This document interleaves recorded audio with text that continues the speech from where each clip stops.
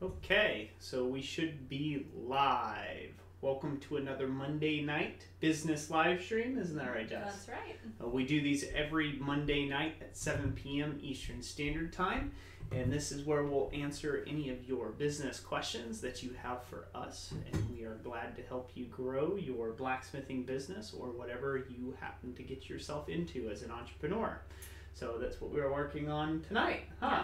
Yes, exactly. And tonight's subject matter is? Yes, craft shows and fairs and festivals, this is definitely the season for it. Mm-hmm. You'll find that there is a lot of them during the summer, and then they just pretty much continue on through Christmas time.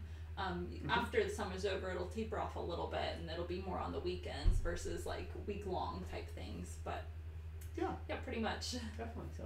And you should adjust our chat bar so we can actually see our chat here. So. All right, let me adjust. Okay. Still getting a few little things set up here, so we can see our chat bar and all that good stuff. But hello everybody, Jackson Kettler, I think I see ya. Good to have you here for the Honor Forge. Hello, Susan Ellis. Good to have you in the house. Glad you all are here with us this evening. Oh, hello, Coffee's Forge. Hello, Billy Strong. Hello, you guys will have to let us know if we're coming in loud and clear. Right now it's just showing a fuzzy screen on our end. Yep. Hopefully we are coming in loud and clear. Let us know if we are. Happy Monday to you too, Cory. Yeah, happy Monday to you too as well. Gordon Family Forge. That sounds like it might be a new subscriber. Yep. Hey, good to have you here, Gordon Family Forge. Oh, real quick, let us know if you can see us. We are getting a staticky black screen on this side, so. Okay. Somebody says sounds great, looks great. Cool. Good. Cool. Jackson Keller. All right, first question. How much stock should you have for a show? Leaves and keychains and such. So generally you could go by about a rule of 10 items of any one thing that you have. That'll definitely fill out the table. Don't expect to sell all of that. There'll be certain shows where keychains will go better, where maybe something like split crosses will go better the next one versus like bottle openers will be a hotter seller the next one after that. So anything that's small poppable type items, I would suggest around 10 of them. If you're going to have a lot of time invested into a medium to a larger size item, I would say reduce that number by half. And then you can always go down to 2 or 3 items if it's really expensive. Mm-hmm. Because the odds, the more expense that it is at a craft show or at a street fair or an art fest or something like that, the less and less the odds and likelihood is that you're actually going to sell that item to the vacationer or the weekender dollar. So that's something to take a look. Yeah, definitely. Jeff Sandling, glad to have you. Jeff Sandling, hello. Spencer Coots, good to have you in the house, sir. Let's see, we got Andrew Freeman. Hi, Captain Roy. Good. Oh. Can we pull this up here in front of there? That would be great. There. Thank you. Annoying. Yes, less annoying. Oh, she's still sorting out all of our screens on this end. One of these days, we need to do something where we do a, I don't know what they call that, an inception type thing. We'll put a live stream camera back here, so our secondary camera angle, you can see what we're doing. So, yeah, that's crazy, isn't it? So it would be kind of weird. All right. So everybody says we are good, even though it looks staticky on our end, huh? Yeah. Okay. Good to go. Good to know. That's all we need to know. Good. It's important. It also might be because you have it on pause, too. Oh, I was trying to make sure it was paused so it wasn't using up our Okay. data. Yep. I'm just saying maybe that's what it is. Maybe. Okay. So the topic for tonight is, craft shows. Getting set up for them. Jessica has a lot of like a trip down memory lane planned this evening. Yes, I do. With some of our booth setups that we had really early on, and so that's going to be kind of neat to take a look at that, like from our earliest setup to where we about stopped doing craft shows and just went to all online business, and so that's a pretty interesting It's going to be an interesting little thing. You guys will get to see definitely some how... of Roy's earlier work. Yeah, you get to see how not to do things. So yeah, we've had, since last year, we get quite a few questions, especially in the summertime, about craft shows and craft fairs, and we recently did a 3 at 3. I put the link down in the description to all of our craft show type videos we've done in the past, and just figured it's a good time to have a live Q&A so you guys can give your input as well and ask whatever questions. Yeah. I want to answer eye for an eye's question here. It said, I'm the new knife maker on the block. How would I squeeze in when other knife makers are already doing the shows? So it all depends on what type of show you're going to. So say if you're going to a gun and knife show, the market's really saturated there. As far as squeezing in is basically buying a booth space. You know, most people, whenever I go to like a gun and knife show or I go to craft shows or anything else like that, I am not brand or maker specific when I'm there. Usually, you know, we're out, we're just having a good time, and, you know, if there's something cool that I want to buy, I buy it, right?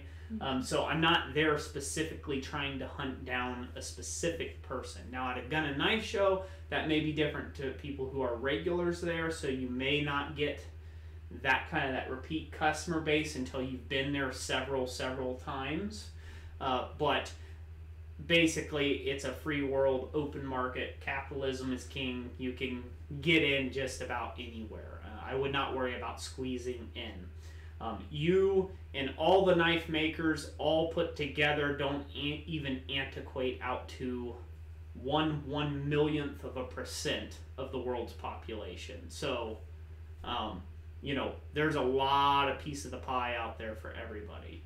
As far as standing out, you can make things look better on your end.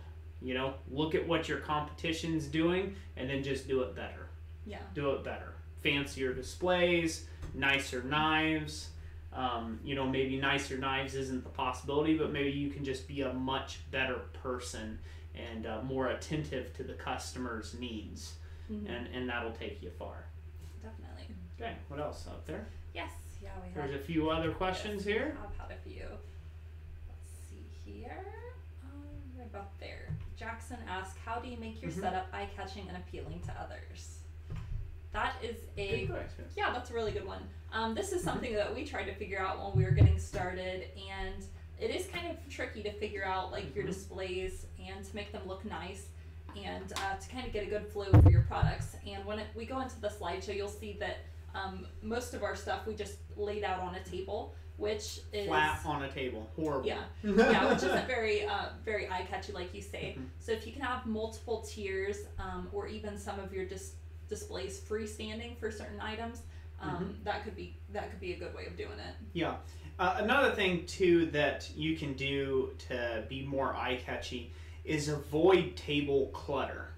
One of the biggest mistakes we made really early on is we filled a table full of stuff, right? I mean, we just put gobs of stuff, all sorts of stuff, things that were completely unrelated, as you'll see in one of these pictures when she shows you, and we'll come back to this.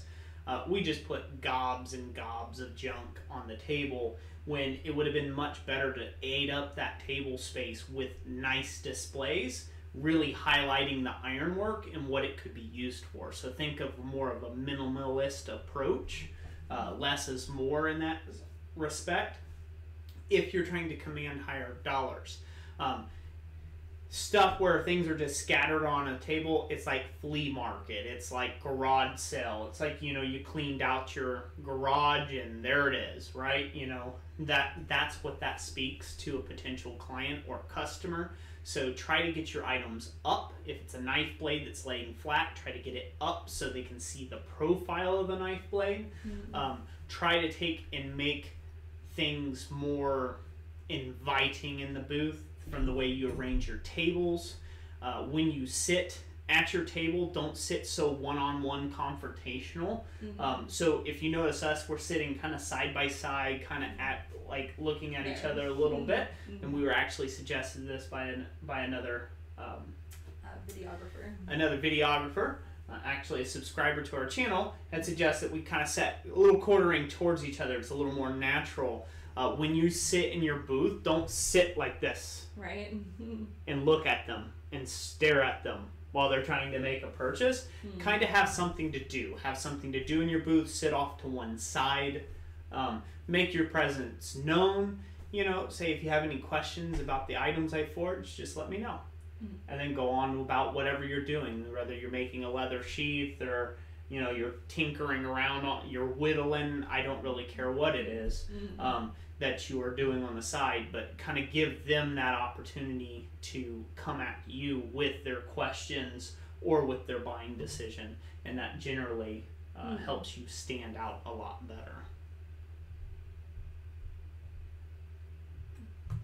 Shire says, you know, the more cameras and stuff you add, the more stuff gremlins have to mess with. Yep, that's true. That's true. County Line Forge, has anyone told you how hot and humid it is in the South lately, Roy? If not, let me be that guy. I noticed that in your live stream when you were doing the dog head. Yeah, I just figured you're a sweaty person there. I just figured you're a sweaty person.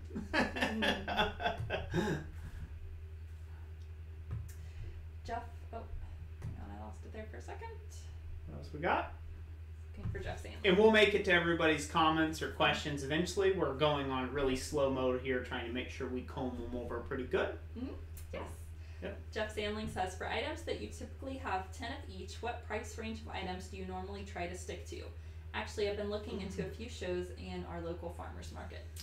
Okay, so when you have 10 items each, I would stick to anything that is like sub $20 with 10 items each. So, you know, pretty much 20 bucks and less.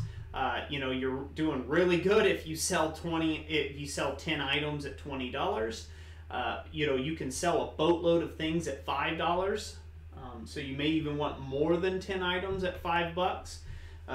You know, if you're doing stuff like little nail hooks and things of that nature, real small trinkety things, where you can get away with a couple bucks, you want to take and go ahead and double down and have a scad load of those. I would say in the upwards of maybe 40 or 30 or 40 items even, when it's in $1 and $2 items. Everybody likes to visit the blacksmith and get some sort of little memento.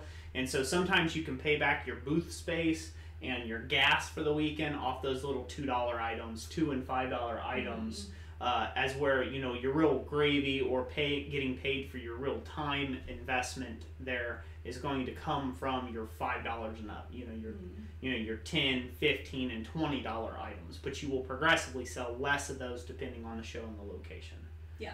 So, you know, the smaller the item is, get more. The larger the item is, price-wise, this-wise, make less of them. And like I said, that's not always true, and like I said, not everything's going to sell. Sometimes you'll show up and you'll have a box of $2 items and no one bought it, and they bought you out of your $20 items, which is good for you. I mean, that's a great thing. But again, anything that you have a quantity of 10, I would say that's probably the $20 and under category is for the quantities of 10. Yeah, agreed. For the Honor Forge product, books can help reduce clutter.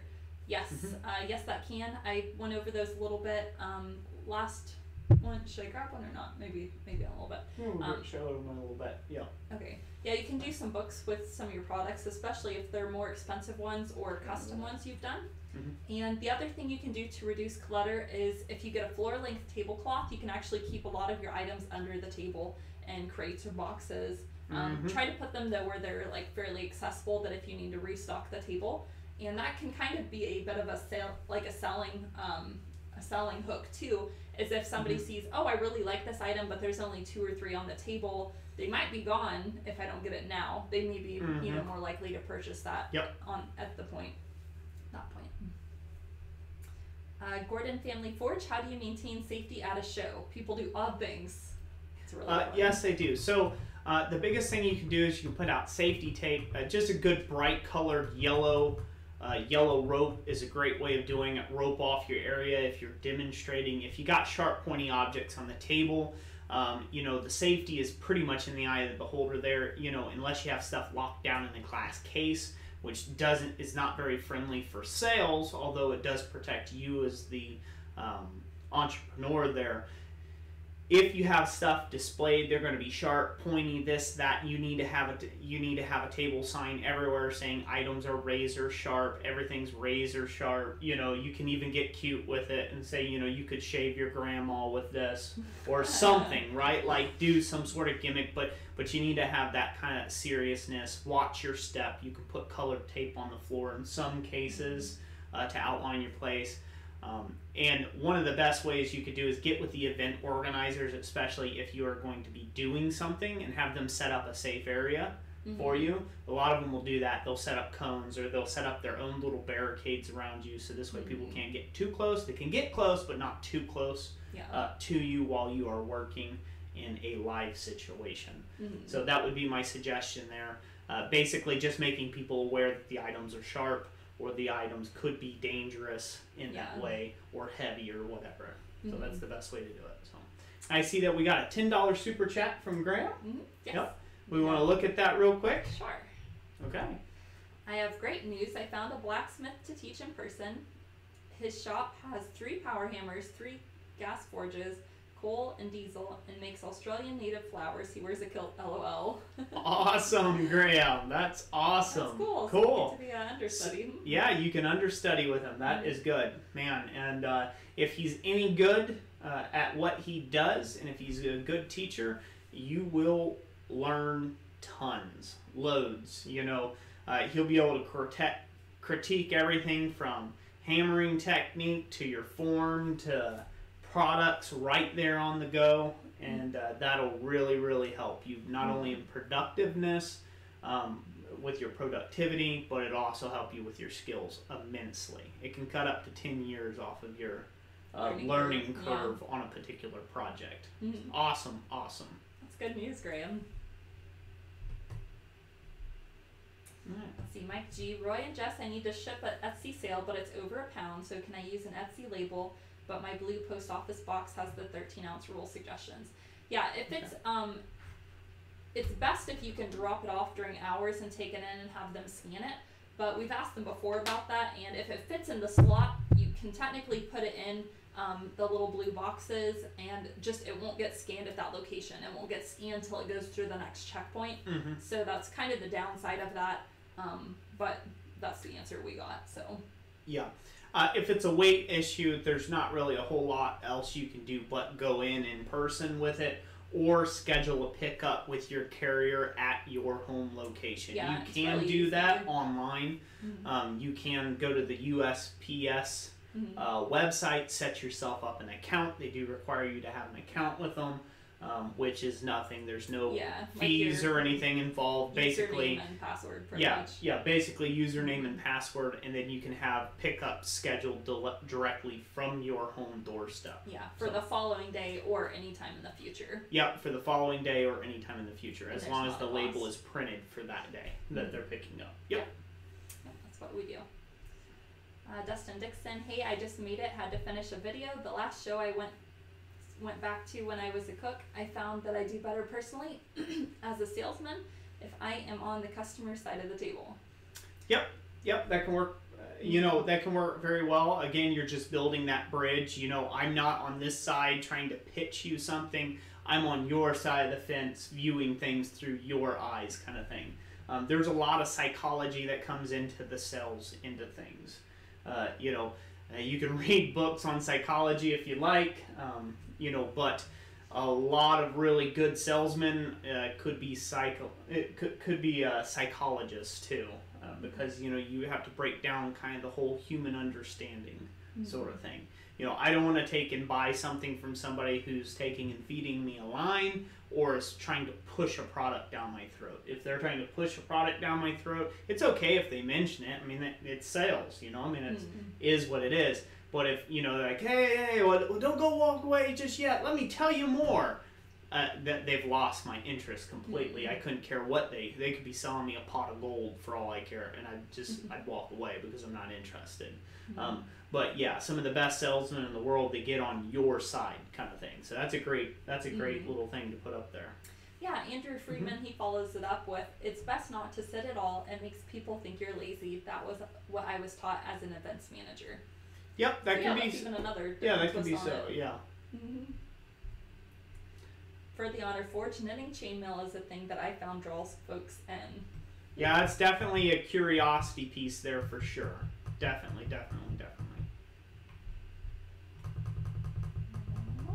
What else you got there? Let's see, Donald Roberts. When I'm at the flea markets, I have my stuff sorted into groups. S-hooks, nail hooks, and crosses. I don't mix them up. Yeah, that's good. That way they're grouped nicely together. Makes it easy for people to glance across the table and see what you have. See what they have.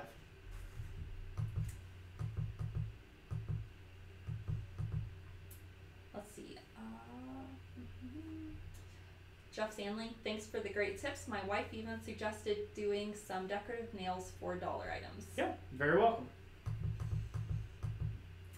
Gary Brown, Forging on High, just joining late. You're not too bad. We've still got a while to go. Cool. Yeah, good to have you. Glad you're here. Yeah. Oh, by the way, yes. Thank you for reminding me. Everybody take and give Graham a hand clap for the super chat and supporting the channel and supporting these live streams like this. He is our regular, a regular super chatter, and we can't thank him enough for that. And we greatly appreciate you, Graham. And everybody should give him a hand clap in the comment section if you can, and just thank him for that. We've got a lot of great supporters, don't we, honey, of the stream, and of these live streams we've been doing, and it really does help go towards buying new equipment and things like that. So right now we're currently stocking up the kitty to get lapel mics, little wireless lapel mics. They'll come out a little bit better. You'll get a little less echoing, and sound quality will go up on my tutorial videos, which I'm looking forward to. Yep. Cory Shire. So it could be better to be out front shaking hands and answering questions, discussing stuff face to face instead of hiding behind the table. Yes, it can definitely work for you. You have to watch that though, because there are no truisms when it comes to sales, because not every person is going to feel the same way about that. Jessica coming alongside somebody is way different than me coming alongside somebody and telling them something. There's the whole, sexes kind of thing. If there's some young gal on the other side of the table and I'm all like coming over, they're like, "Hi, sugar, let me help you with that." No, that's not going to fly, right? Like, no. Jessica just got the look of death in her eyes right there. I am paying for this right now. The doghouse will be my living quarters this evening. But no, like, if you go around there, like, that might make that gal feel uncomfortable, again, likewise, Jessica could come around, to maybe an older gentleman, you know what I mean? Or a young guy that's with his gal, right? And all of a sudden that communication level kind of breaks down. As weird as that is, you would think people would be more mature and beyond that and realize that you have no interest in them and things. Like I said, the psychology of it can end up messing around with it. So in certain instances that is okay. And it could be there. If you're like already there and you're just greeting people and you're just, you're greeting everybody and their brother, that can be a perfect way of getting people to feel more comfortable with your presence. I personally, as nice as a guy as I am, I'm a lot bigger in person than I am on camera. I'm 6'1", and 200 pounds, so I'm a little bit more of like, whoa, where'd that guy come from? Especially if I haven't shaved up or cleaned up or made myself look presentable, like if I've been sweating at the forge, right? Maybe they don't want the sweaty blacksmith standing right next to him looking at the ironwork, in which case, Jessica, who would probably smell a heck of a lot better than I would at that point in time, would be a better option that way. So just kind of think that one through on your own personal situation, how that works. Yes. Yeah, I think we're caught up on comments, but cool. Let's pose a question. We've got 40 of you guys in here currently, guys and gals. And so, have you done a craft show this season, or a show of some sort? That's my question for you guys. And if you have, what's been your best seller so far? And I think that might be an interesting discussion for Put those it in who the are, comment section down below here. Yeah, We'd love to hear that. Get into it. Heck yeah. For the Honor Forge, physical reactions. Like them or not, they need to be understood, and we must control ourselves. Spencer Cute's pretty sizable man.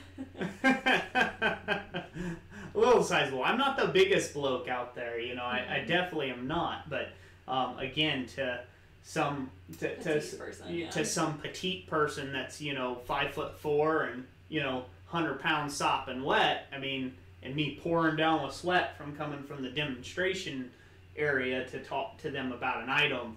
That transaction there is not going to go as well as if I was just behind the table and I kind of just pointed out a few things on the table. Right. Yep. County Line Forge. And Roy, we all know the coal stench mixed with sweat is the best. Oh yeah, it is. Quite fragrant. Yep. So, man, well, maybe we should take our little trip down memory lane while everybody's typing away. Yeah, we could do that. Let me get that switched over here. All right, so we're going to go down a little memory lane here for you all. Yes. This is one of our craft show booths. This was like the very first one we did here. And yeah, pretty much as you can tell, it was pretty much all candies and baked goods and stuff. That's the first couple we did was just stuff like that I just made up in the kitchen. And then, well, I had a few things there, but it was few. It was mainly dwarfed by all of her baked goods that she had for sale. This photograph is from one of our first bigger shows we did at the Dayton Hero Arena. And you'll see here that we had stuff a little more spread out. I think my photographs got mixed up a little bit. But we had the jewelry hanging on this little wooden rack, and it wasn't displayed the greatest, but we did sell a lot of those split crosses. We sold a bunch of them. Also, those little maple leaves, we did sell those. We had some little arrowheads, and all those things were like little laser cut stuff that you just texture and kind of things. Real simple to make. I think even the necklace portions of them were already pre-made up. All we had to do was just kind of like throw a ring on it, and pretty much, and through the item. So those worked out really well. We did sell a bunch of those, and that at least made it not so bad, huh? I think we sold the necklaces for about $10, and we bought the little blanks for about $1.50, and like the necklaces were about 75 cents each or something like that. Yep, and went pretty well there. Those little things did. Yep. Man, this is a long time ago. There's some of the arrowhead ones too. Oh, real quick before you move on. Yeah. So this portion right here, so if you notice the hearts here, so they got the hearts there hanging off to the left. It's the left side of the screen to us. It might be the right side of the screen to you all there. But the hearts there onto the left, those were left unfinished. So I had a little small anvil, just a little small jeweler's anvil, and I would stamp your initials into it if you bought one, and that was kind of a little bit of a gimmicky kind of thing that we were doing, and we did sell out of those. We did sell those out, so that worked out pretty good. But there's Roy. Yep. There's me in my quite dumplier days. I was about a good 60 pounds heavier than what I am now, so.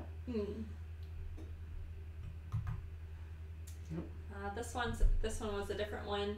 It was called Art Week, and there's a couple other artists. It wasn't actually a full show or anything. It was hosted by the city of Dayton, and it was kind of for the business people in the downtown area, and it was kind of like during their lunch hour kind of thing. They came into the courtyard and they were getting their lunch. And they actually hired me to come out there and to kind of do a demonstration kind of thing. And I say hire me loosely. They basically invited me to come out and be a demonstrator there in the courthouse square to do that. And then they said I could sell my stuff, sell my wares. So that was great because there wasn't any other vendors there except for like the hot dog guy.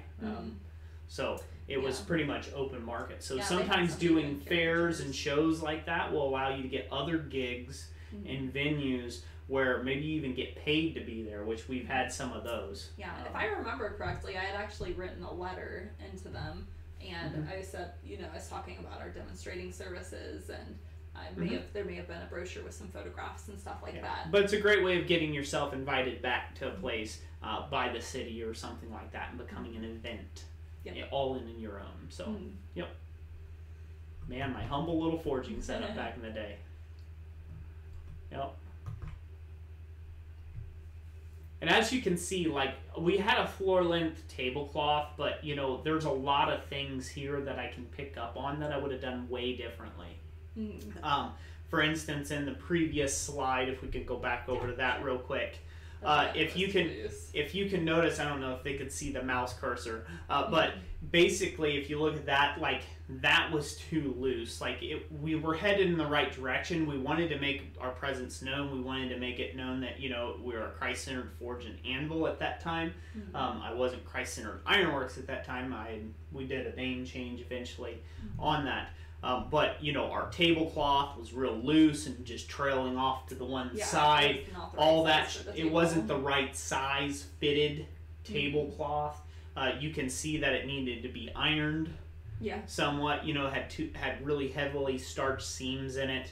And, you know, again, as where this may have been kind of acceptable, it looked better than just having just a plain table sitting out there and things laying flat. We could have still went a lot better. Yes. Yep. Definitely. You move on. Sure. Yeah. There was just a little picture of Roy's setup. He had a little hot box forge and small anvil with a vise that you put it. Was that through the hardy hole? You mounted it through the hardy hole for that? Yep. Actually, it was through the Pritchell hole. Okay. Yep, I mounted a bolt through the Pritchell hole and did that. So. This is a different venue we did. The Preble County Arts Association. They had us down during one of their juried art shows as a demonstrator. So we were just kind of outside their entry door. Yeah, and this time we actually got the little table, the actual little table cloth sign banner, a little more straight this time, a little more tucked out tight. And then we also were trying to pin back the tablecloth. Some more there to try to make it look more fitted. Once again, it was too big of a tablecloth for the table that we had bought, but still a fun event. It was kind of nippy, so that's why I was wearing a sweater there. And but yeah, and in this case, you can see that I don't have any sort of protective barrier or anything because I was trying to get more interactive with the crowd. And this event here is a lot smaller an event. I mean, there's maybe 40 to 60 people that come through an event like this. So, you know, there again, my items are there just kind of more for display. I took a lot of little small items. Of course, I took my bigger items because who knows, you never know. But I was there more for the entertainment value, so to speak, and to get awareness about what I was doing. Yes. And there's a really fuzzy photo. Yeah. This was back before I had our nice camera. Yeah, there you go. There's the man beast. That's right. What was this called? The Taste of the Arts?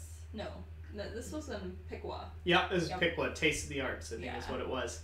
Yeah, and it was 90 degrees, and I was sweating to beat the band, buddy. Full sun, yeah. Full sun. That was like midsummer, too. Yeah.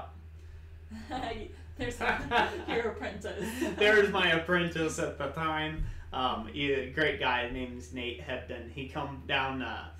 He was actually going to vocational school at Hobart Welding School of Welding, doing some learning how to become a welder. Now he dikes and welds up in some sort of nuclear facility, nuclear plant up in. Is it New York? Yeah, up in New York. Up in New York is where it is. It's somewhere up northern New York. He works as a welder in a nuclear plant now. So obviously he didn't stick with me, but it was kind of like something he would do, on his off time and his evenings and stuff. He'd come down and help me in the shop. And at this point, as you can see, I was tuckered out, sitting on the sideline, letting him do some of the work. But yeah, it was full sun. It was 90 degrees and full sun that day. No shade whatsoever. Yeah. But you can see the displays got better. I was going to say, yes, this was probably this was when we were trying to start putting more effort into it. Yeah, we did like a wooden shelf there to try to give it some, so we had multiple tiers, and then the tablecloth, you'll notice on the edge of the seam there, I actually went ahead and I cut the tablecloth and sewed it together so it was fitted. But by the way, so you don't have to do that. They do make them, so you don't have to go through that effort. And I found them on Amazon. I put the link down below. So if you're looking for that type of tablecloth, that'll give you an idea. It's just called a fitted tablecloth, but Nate's gonna be embarrassed that I shared this now, huh? I don't know if he's gonna even notice it, but yep. There's the master making sure the apprentice is doing his job right. Yeah, but here you can see a great place. So Jessica used to do hand embossed signs. And you can see how we took advantage of vertical space versus horizontal space. And everything is built up now off the table. And we found that really worked well for us. And that people really started responding very, very well when it came to sales on that. When we start building up in vertical space and not laying stuff flat on a table like our original shows and things were, when we started building vertical, we saw a jump probably by about double in our sales. So definitely worth investing into vertical space. Here we've got a shelf unit, don't we? Yes. And this was just a simple little Hobby Lobby shelf you can buy anywhere just about, and throw our signs on there. Went pretty well. Yep. Do we want to take a break from this and go check on the comments? Yeah, let's go check on your comments now. Now that we've been ignoring you for the last 45 minutes. How's that sound? I don't think it's been that long. That way we can check the CPU here. For the Honor Forge, dumplier days. I'm going to keep that term. You're more than welcome to keep that term. Let's see. 90 degrees, please. Cory Shire. I would almost consider asking my brother to come along and help sell, as he's a salesman in his day job. Could sell an ice maker to Eskimos, but I don't think I could afford his commission raise. Well, you know what? The best way that you can do that is just tell him, you'll get him a nice steak dinner if all goes well. You know? And it's a way that he can hang out and help out his brother. Yep. Then work out commission rates later on. Susan Ellis asked, apart from the actual show, how much time do you spend preparing to get there, getting set up, and then tearing down and unpacking when you get back home? That is the question. That's a very good one. Good. Multiple hours. Probably in our case, getting stuff packed up to get there. That's probably at least a 3-hour process, at least, and that was we kind of had a more basic setup than what some people do. A lot of people who go to shows continuously, they actually get an enclosed trailer and they leave everything packed up on it, except for if they need to add more inventory or something like that, but all their displays stay on a trailer. So, and then setup time, we would get there like at least 2 hours in advance, wouldn't we? That way we can navigate the streets and get the gear, get the anvil set up without being impeded by other vendors or foot traffic, stuff like that. One of the biggest things to take in consideration whenever you're doing a street fair or street festival is location, spot. Getting your spot and getting set up and being able to get into that spot. Oftentimes, because of our equipment needs us to get right into it if you're demonstrating, you need to get there at least 2 hours early, and you're going to leave almost 2 hours later than everybody else. By the time your equipment is cooled down, by the time you can actually get your vehicle into that location to be able to start loading up, a lot of times that can run you over quite a bit, depending on what you're demonstrating, how hard you're working at it, and how long you decide to stay. If you've got a short turnaround time, that hasn't really worked out for us in the past. We tried to leave early from one show one time, and we ended up being there the whole duration. Anyhow, because the streets were just packed with people. There was no way we were getting a vehicle at all, past police barricades and everything else, and up through a sea of people to get our stuff. It just wasn't going to happen. We had to stay the whole show. For the Honor Forge says, I like to get to events early so I can network. Yeah. Yep, that's right. No. And big Mickey. Sun's out, guns out. That's right. Spencer Cutes, our clock is broken. Yep. So, yeah, it's always 3 o'clock. Yeah. So, let me put this out there. Any of you that shop at Walmart, do not buy these clocks.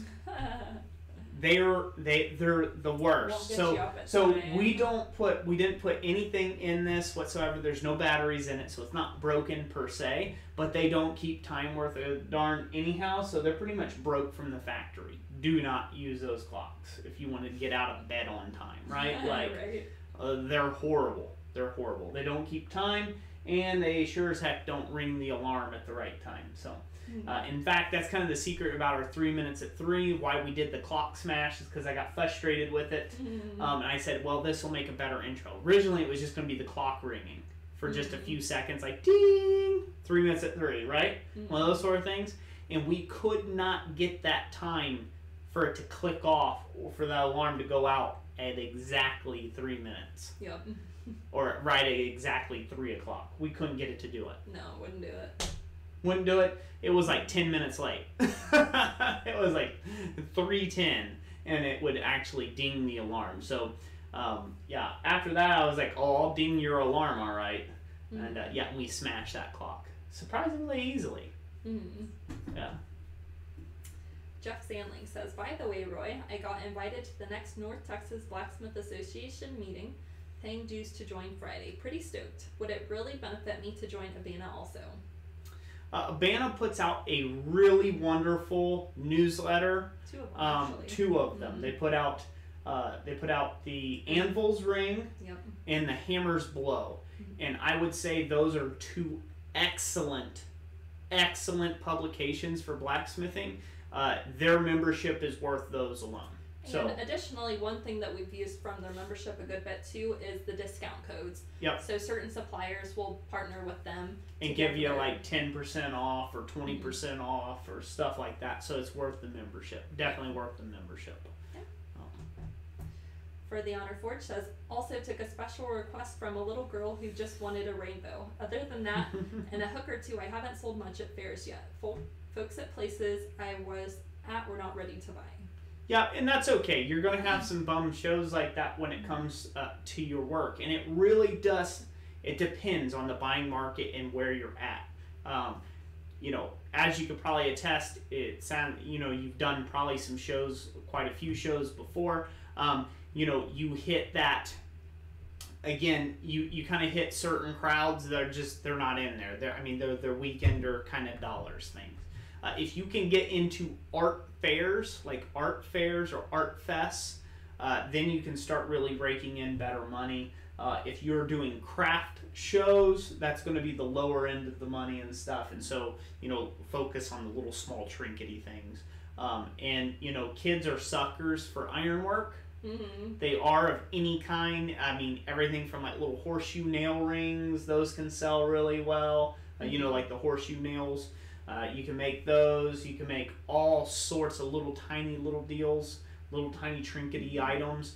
Kids love those. You know, you pass 1 or 2 out, parents come back and pay you for them and things like that. And that's a great way of, you know, doing that, kind of hustling that side of things. Yep. Yeah, for the Honor Forge, she says, well, I made a small $5 heart and it sold while it was still hot. Yeah, that's a really... That's happened to us too. People like to actually buy the item you're forging on, although it doesn't get the refined finish that you would normally put on it at your own home shop. They get the experience of seeing it made, so to them, you know, it makes it worth it.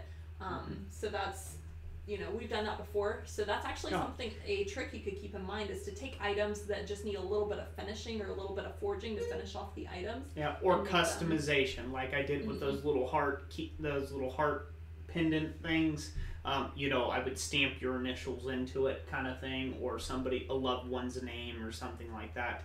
And didn't take real long to do, and it helped them sell, because I think we did 2 or 3 shows where those didn't sell at all, and then I offered that as an option, and then we sold out of them. So that's another great way of doing it. Alan Schoonart, our site address is www.blacksmithpdfs.com.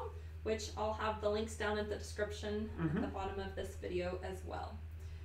Tyler Anderson, what was your first craft show experience like, and did it end better or worse than you expected?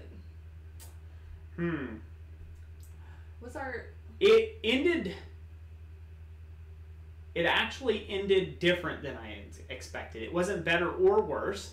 I had expected to sell out of everything. Of course, everybody wants to sell out of everything. But we ended up trading for about everything on our table. So I got a lot of Christmas presents for like my folks and for Jessica and like extended family because I traded my ironwork and stuff. And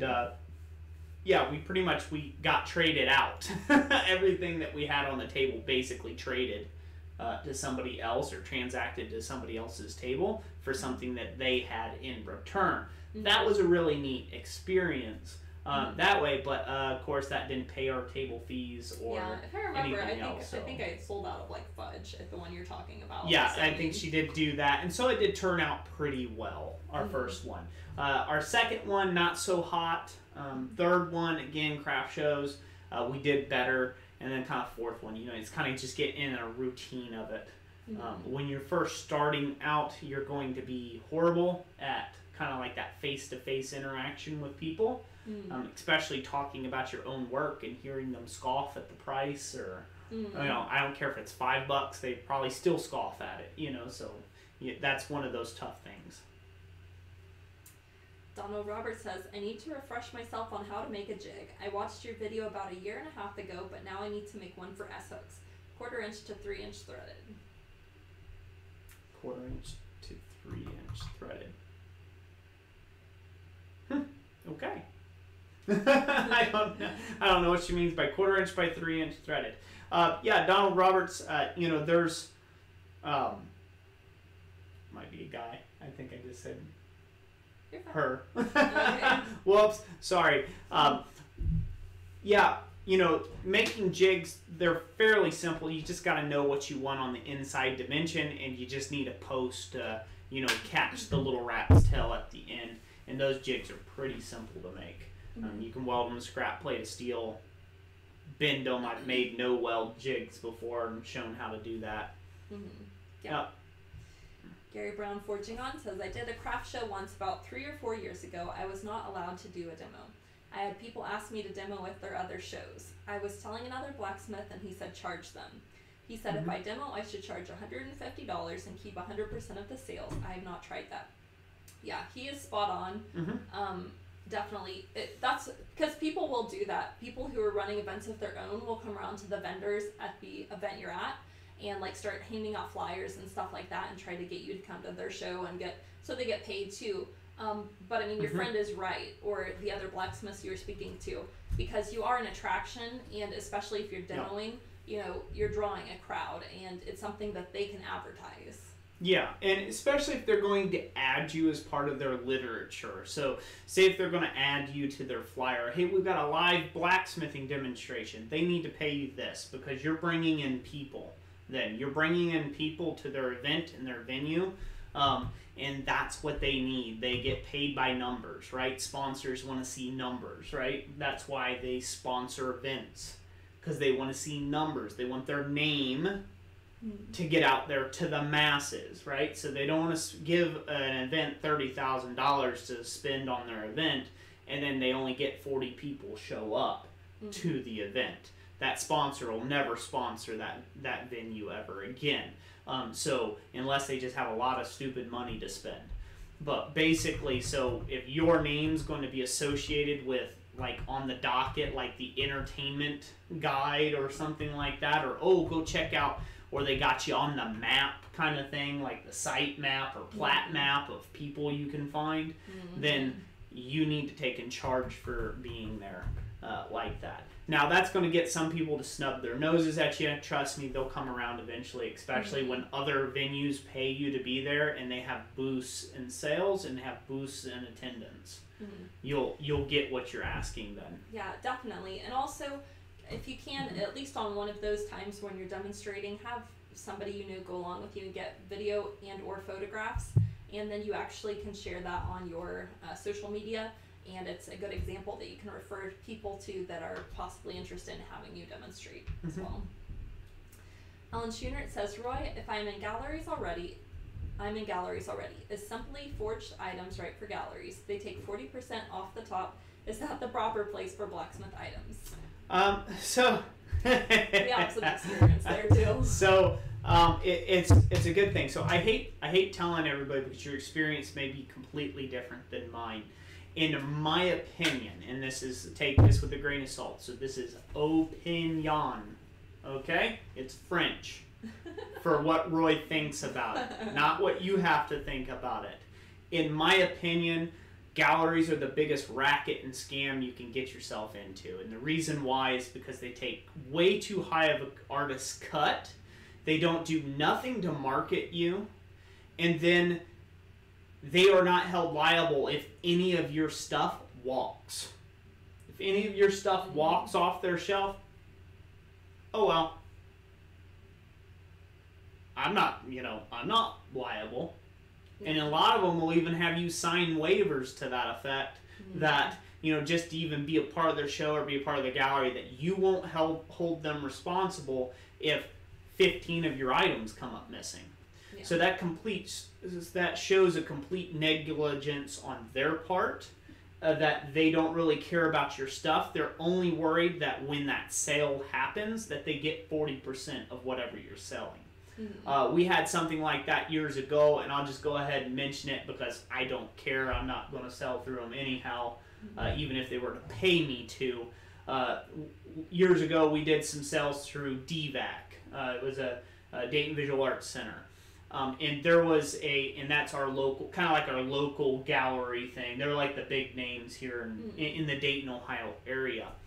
And they did a thing where they had a juried, they started jurying a show that we were very popular at, where we sold out of pretty much everything we had in their art gallery. So business was good, but they took 40%. Okay, so they took 40%.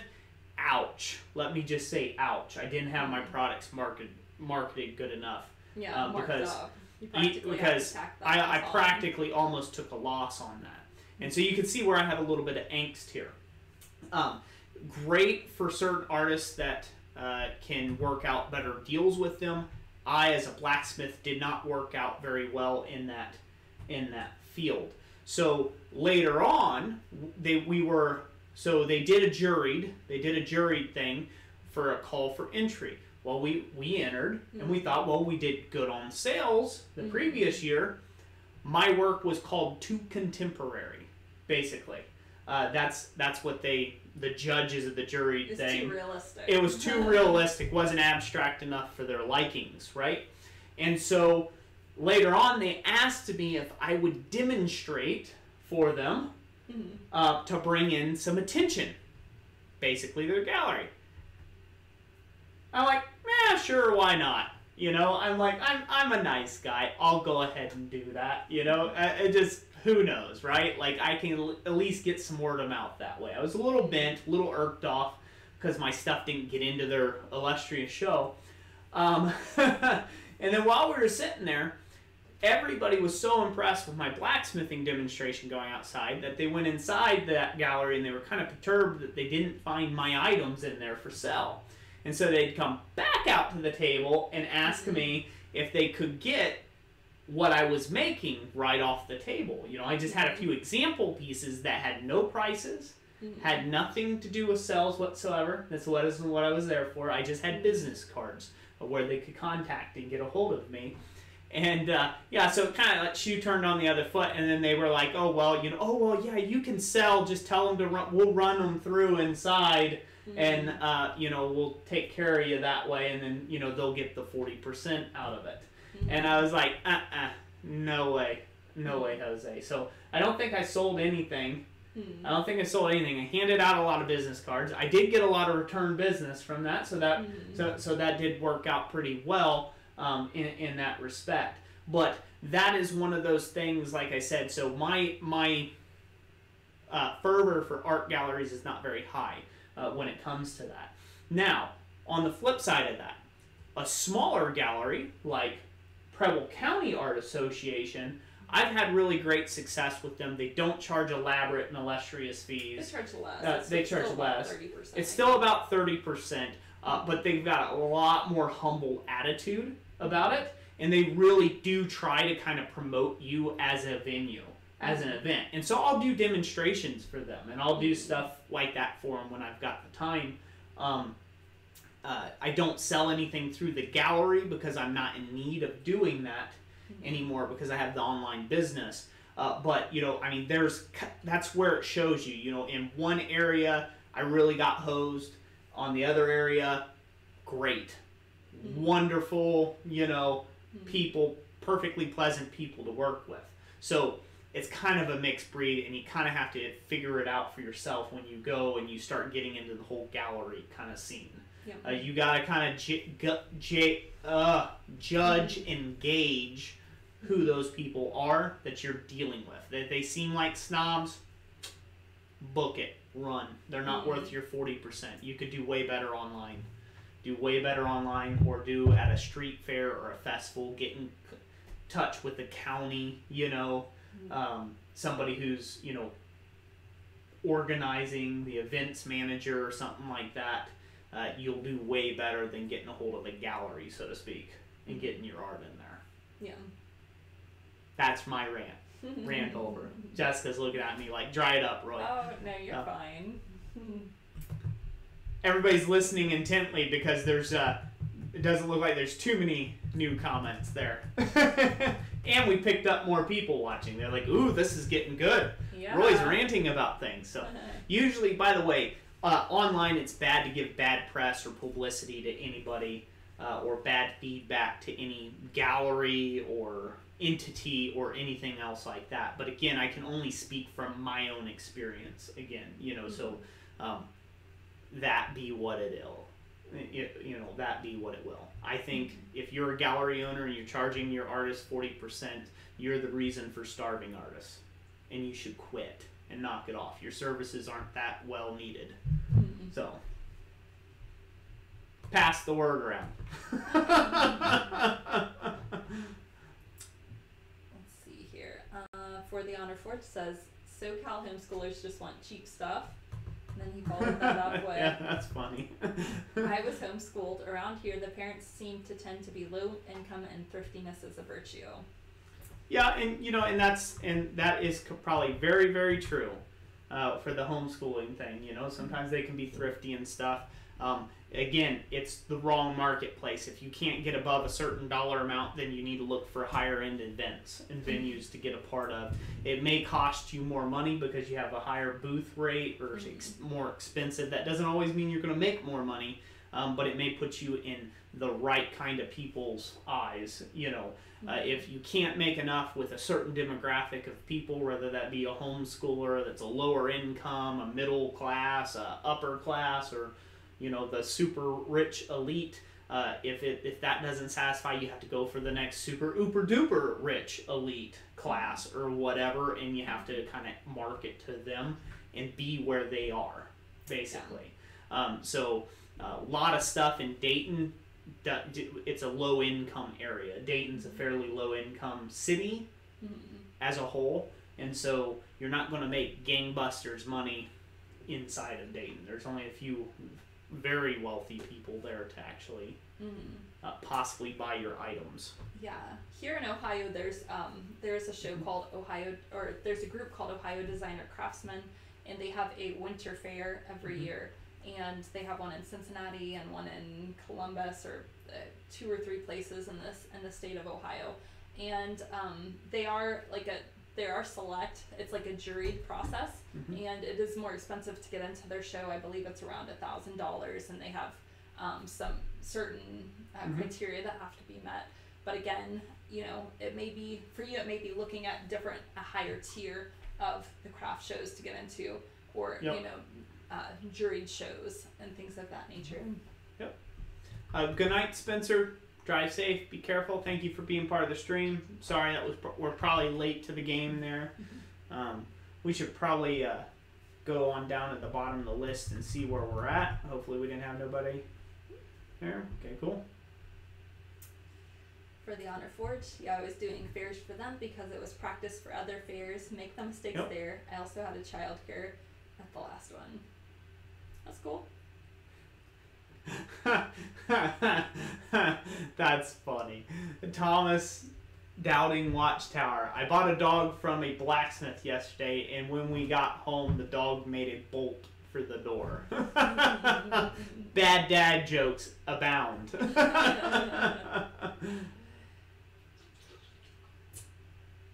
Nathan Ross, I'll be at craft show here in Wisconsin kind of soon, but I'm so far Yep. behind. Ran out of propane a few days ago before I had surgery. LOL, hoping to recover enough soon to get caught up. Wish me luck. I wish you luck and wish you the best and prayers for your recovery on your surgery there. Yep.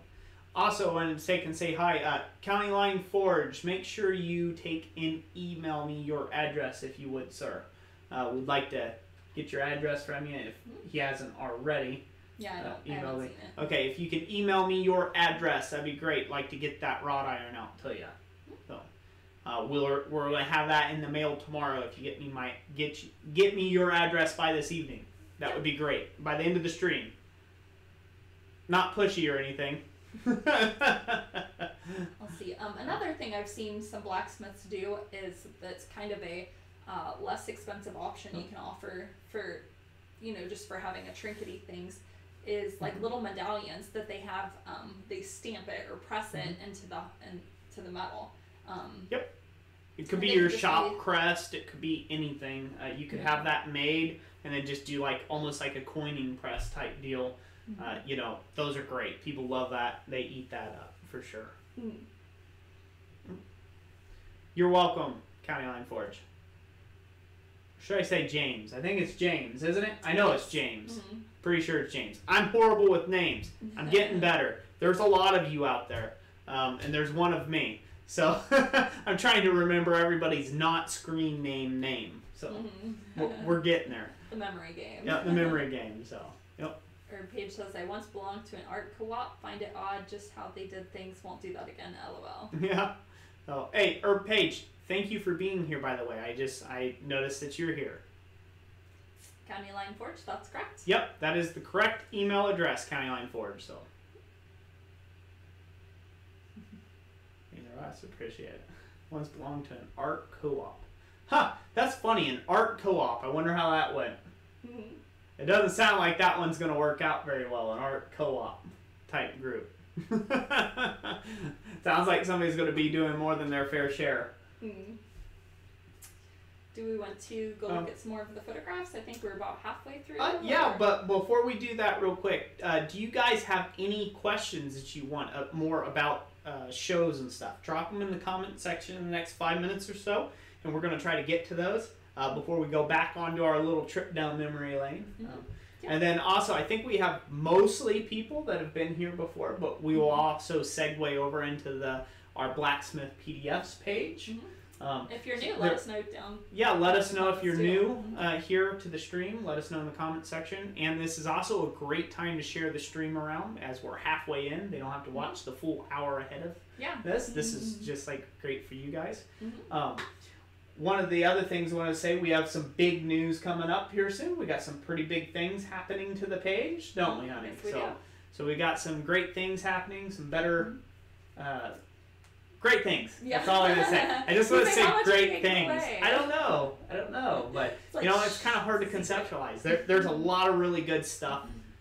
A lot of really good stuff coming out. And I'm really looking forward to you all being able to enjoy seeing the site. For the first time. I think it's still the old site right now. Yeah? Yeah. So it's Jessica's completely went through and kind of reorganized some things, made things easier to get to. She's expanded it.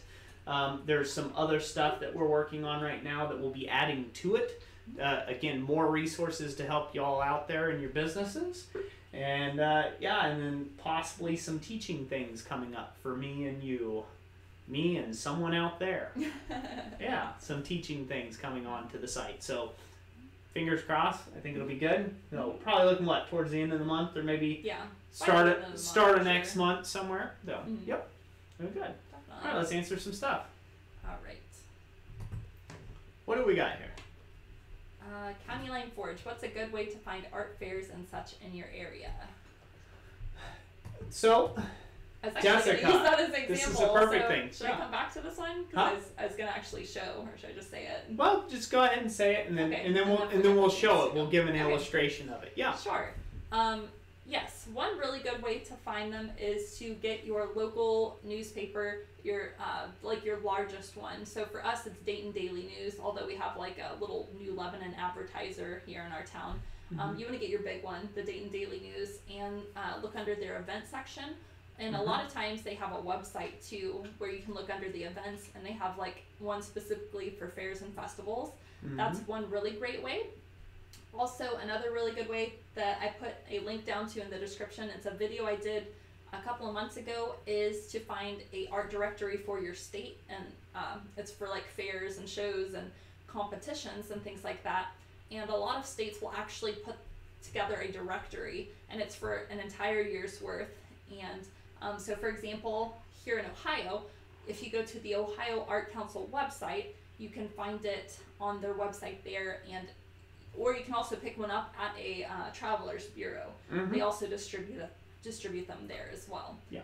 And the great thing to do, really the great thing to do, is find your festivals, find your things, read reviews, talk to other craftsmen that were there, that were featured people, try to get a hold of them and see if it's worth your time to go to the fair.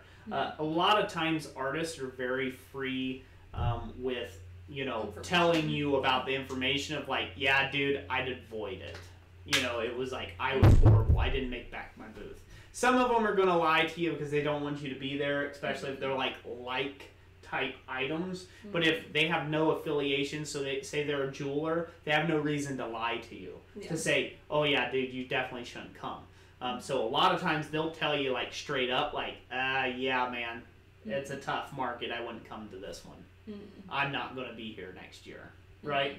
And if you get that enough at a place, then you probably don't want to show up to that one and just try to apply for some different ones at that point. So. Yep. Go ahead. What else we got here? Let's see here. County Line Forge. If I don't respond, I am not gone. I'm sanding hammers and listening. Andrew Freeman. Oh, I was just gonna say to Herb Page. I gotcha. Co-oping. I get what you're saying there. Yeah, putting time into running the store plus a monthly fee for belonging to it. Yeah. Yeah, I've seen those before. That kills you on time. For me, that would never be a go, even in my earlier days, because I was working full-time doing HVAC work originally, and then when we were doing craft shows, and then getting off work, and then doing forge work too. And then until I moved over to just doing it all blacksmithing, and then I spent more time doing forge work than I ever did HVAC work. So that would never work. Have to sit in a store and man the desk while I could be forging my own product. Yeah. Yep. Andrew Freeman says, Google search fair finding websites. A lot of fairs and trade shows won't advertise anywhere but their own website. Yeah, you can Google it as well. That'll pull up some of them. Ideas for $1 and $2 items, please. Good one. Good one. Those little feathers. I remember we did those little little feathers. I don't think I have any small items on the shelf. Basically anything that you can do to do something that only requires maybe one bend, or maybe a punched hole, or something like a small little pendant or keepsake keychain that has a names or initials on it. Stuff like that you can make in advance, or that you can make while you're there, right? Like, so you make up the little thing, the little tag, whatever it is, and then, again, customize it once you get there. Items that you can buy in bulk that are laser cut already, like those little hearts that I got. They're a little laser cut heart, arrowheads, anything you can turn into little necklaces and pendants that are already, like I said, most of the work's already done by whoever the guy was that laser cut out the blank, and all you have to do is just throw a little quick texture on it and you're done. Bend a hoop, throw it on a little necklace chain, and you're done, right? Those are great, like $1 and $2 items. Sometimes just things that are forged just a little bit, forged, like a little forged spike with a little twist in it or something like that, and a hole drilled through as a keychain, right? Those type things, they sell like hotcakes when you're there. Little nail hooks. You can do nail hooks for the $1 and $2 range because a hook is very utilitarian. People like that.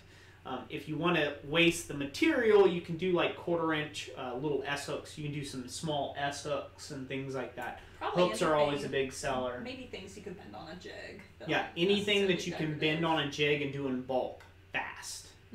And then be doing that while you're there as well. So you can make up as many as need be. Those are great little smallish type items. Small dice. Try that one, like little tiny pocket dice made out of some 1/2 inch square cubes. Those take a little more time, but you could sell those in like the $3 or $4 range for a little tiny dice thing, and they play a game of dice. Or I would try to upsell. Use the little tiny stuff as if they're going to walk away from your table, they might as well spend something, right? That kind of mentality, but that's kind of like the hook, right? They're kind of looking at all the little tiny things you got for sale, but then upsell them. So if you got 2 little pairs of dice sitting there for, a couple bucks, say $3, right? They could get the game of Yahtzee, right? They could get enough dice for the game of Yahtzee and maybe like a little printed card that shows, the stuff or whatever they call it. There's other what is it, Farkle or Markle or something like that. There's a lot of different dice games out there. Be careful of copyright things. But there's a lot of little dice games that you can come up with, and call something else entirely. Blacksmith dice game or something like that.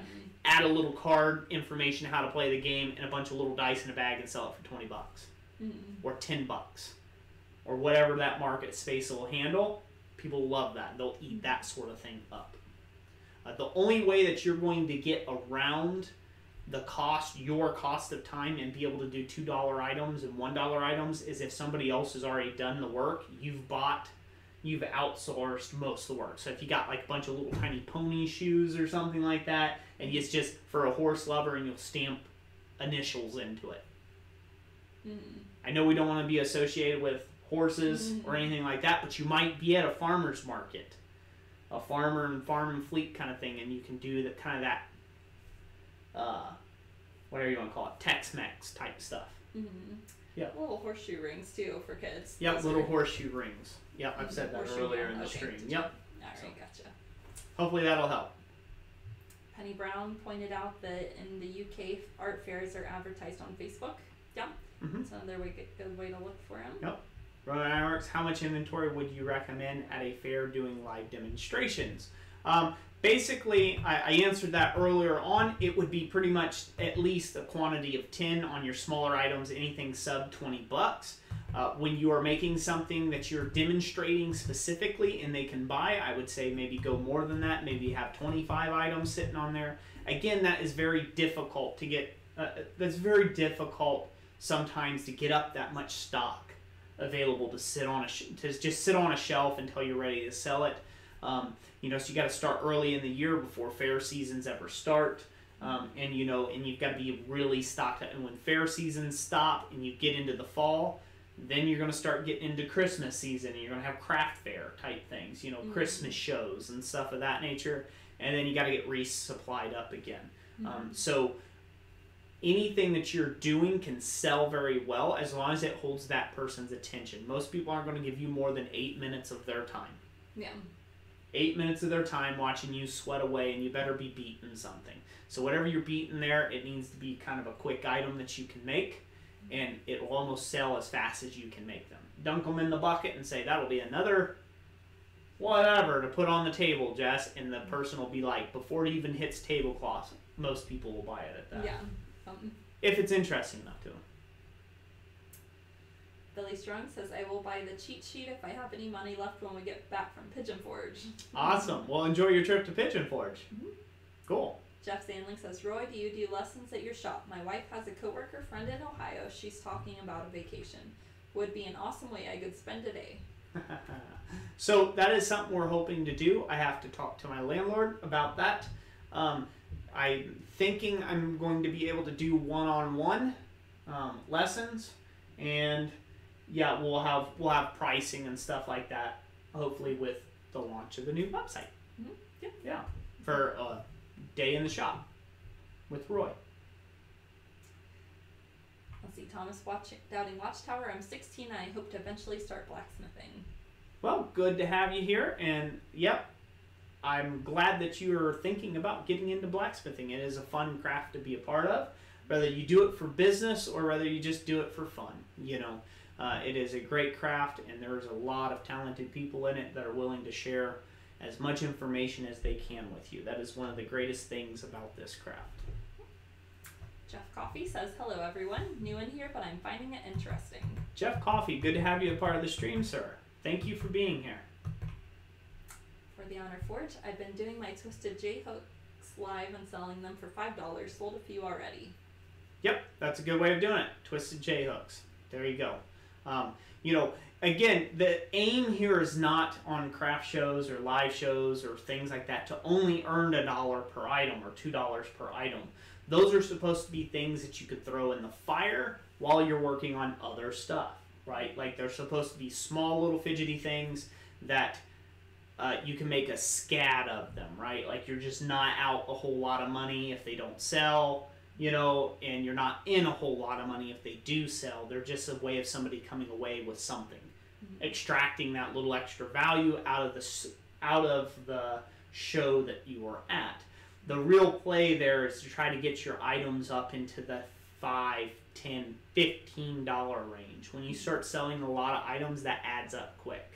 $15 at 10 items, you know, boom, you're right there. You're $150. You've probably, for most venues, you've covered the booth fee at that point in time, and you've made some gas money back, you know, so that's only 10 people buying $15 items. So that's really where you want to be.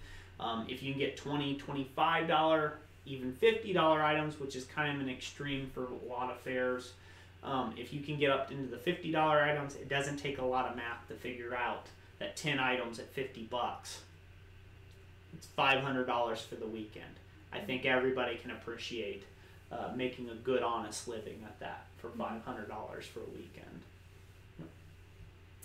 Your page says, don't mind me if I yawn a lot. Been a long day. Had 380 kids in a group tours the site today. Wow, yep. I've been there. There's a lot of kids. Yep, lots and lots of kids. Cory Shire isn't looking up your local county fairgrounds websites for those of us in the States, that is, and they post all their trades, arts and crafts, fairs and shows. Yep, that's one way you can do it. So let's go ahead and segue into that real quick. Okay.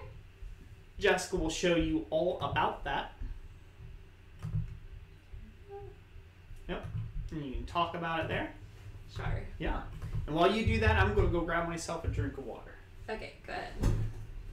All right, I'm going to go to Dayton Daily News, or no, sorry, that's the wrong one. I'm going to go to activedayton.com. And this website is run by our local newspaper, actually, and this is where they put all the events for stuff going on around Dayton. Now, if I see over here on the side, they have events, and if I click on that, it kind of breaks all their events down into subcategories, and you know, there's things like concerts and shows, and you know, the fairs like we were talking about, all sorts of things.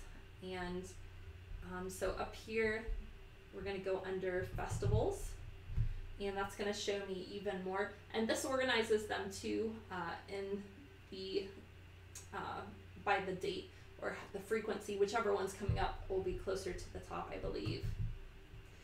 But yes, this is where they put, as it says here, there's spring, summer, and fall festivals and events near me. And we have quite a few of them here in Ohio. Let's see, there's going to be a Celtic Fest taking place on June 15th at the Renaissance Park Event Center. That's a newer event that's, I believe, only started a year or two ago. We went there last year, and it was a smaller event, but I'm sure it'll grow as it gets more more widely known of. There is a Hamilton Historic Farmers Market going on. There's a Lavender Festival. This third Sundays at Front Street Outdoor Market and Open Art Studio.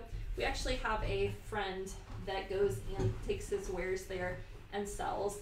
And he he said he sells a few things there, but he actually got approached by one of the local museums about doing a large piece for their wall, and so that was kind of even a greater benefit to him for being at a show like that and getting his work acknowledged. Yeah. Let's go back over to the chat. Sure. So there you go. It's a little bit of what it'd be like. Oh. All right. How are we doing? Let's go to the bottom, can we? All right, sure. Or close to the bottom. All right. How do I get the screen view on my camera? It's actually, so the camera feeds into a computer, and then I use OBS, Open Broadcasting Software, to screen record the browser. So lots of little things all feeding into one place. Yes, a bunch of stuff. Bunch of stuff going on here. Donald Roberts, should I put nuts on both ends of my threaded Essex? That would sound, I think that would balance it, make it look real nice. I would, if it was me. But then again, I have a slight bit of OCD, so anything that's unbalanced, I don't like that. So if you put one nut on one side, I put one on the other as well. Alan says, thank you for the advice, Roy and Jess. My craft is woodworking with mostly metal involved. I do well in that venue. New to blacksmithing in the past 6 months. Glad to be here to learn. Hey. Yeah, that's a nice combination. Metal really combines well with woodworking, also leather. Yeah, any sort of, metal with anything with wood really is a nice seller. Too. Metal and stone, stuff like that. It really does go across a lot of different mediums. It can even mix well with glass and things of that nature. So yeah, it's kind of it's a great thing to investigate a little bit more into, especially if you have the time and the equipment to do so. Yeah. Also, Billy Strong, good night, by the way. If you're leaving, we'll see you later. But then I see your comment again. So maybe you're not leaving, but thank you for being here. It looks like we got 29 watching, so we're an hour and 21 minutes in. So we usually do these for no longer than 2 hours. So we'll be shutting it down here in about 40 minutes or so. So definitely pose all your questions and things like that. Go ahead. Do you have anything else? Cory Shire says, also many radio stations have a local events calendar for such things that they advertise on the air. Yeah.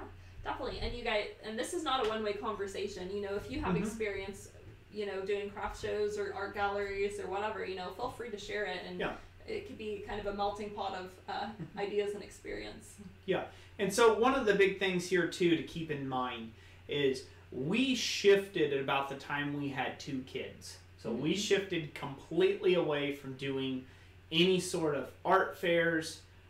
Or craft shows or street fairs or anything like that when we had 2 kids. When we had 2 kids, it became a bit much for us trying to keep everything together. And at the same time, we could have done it.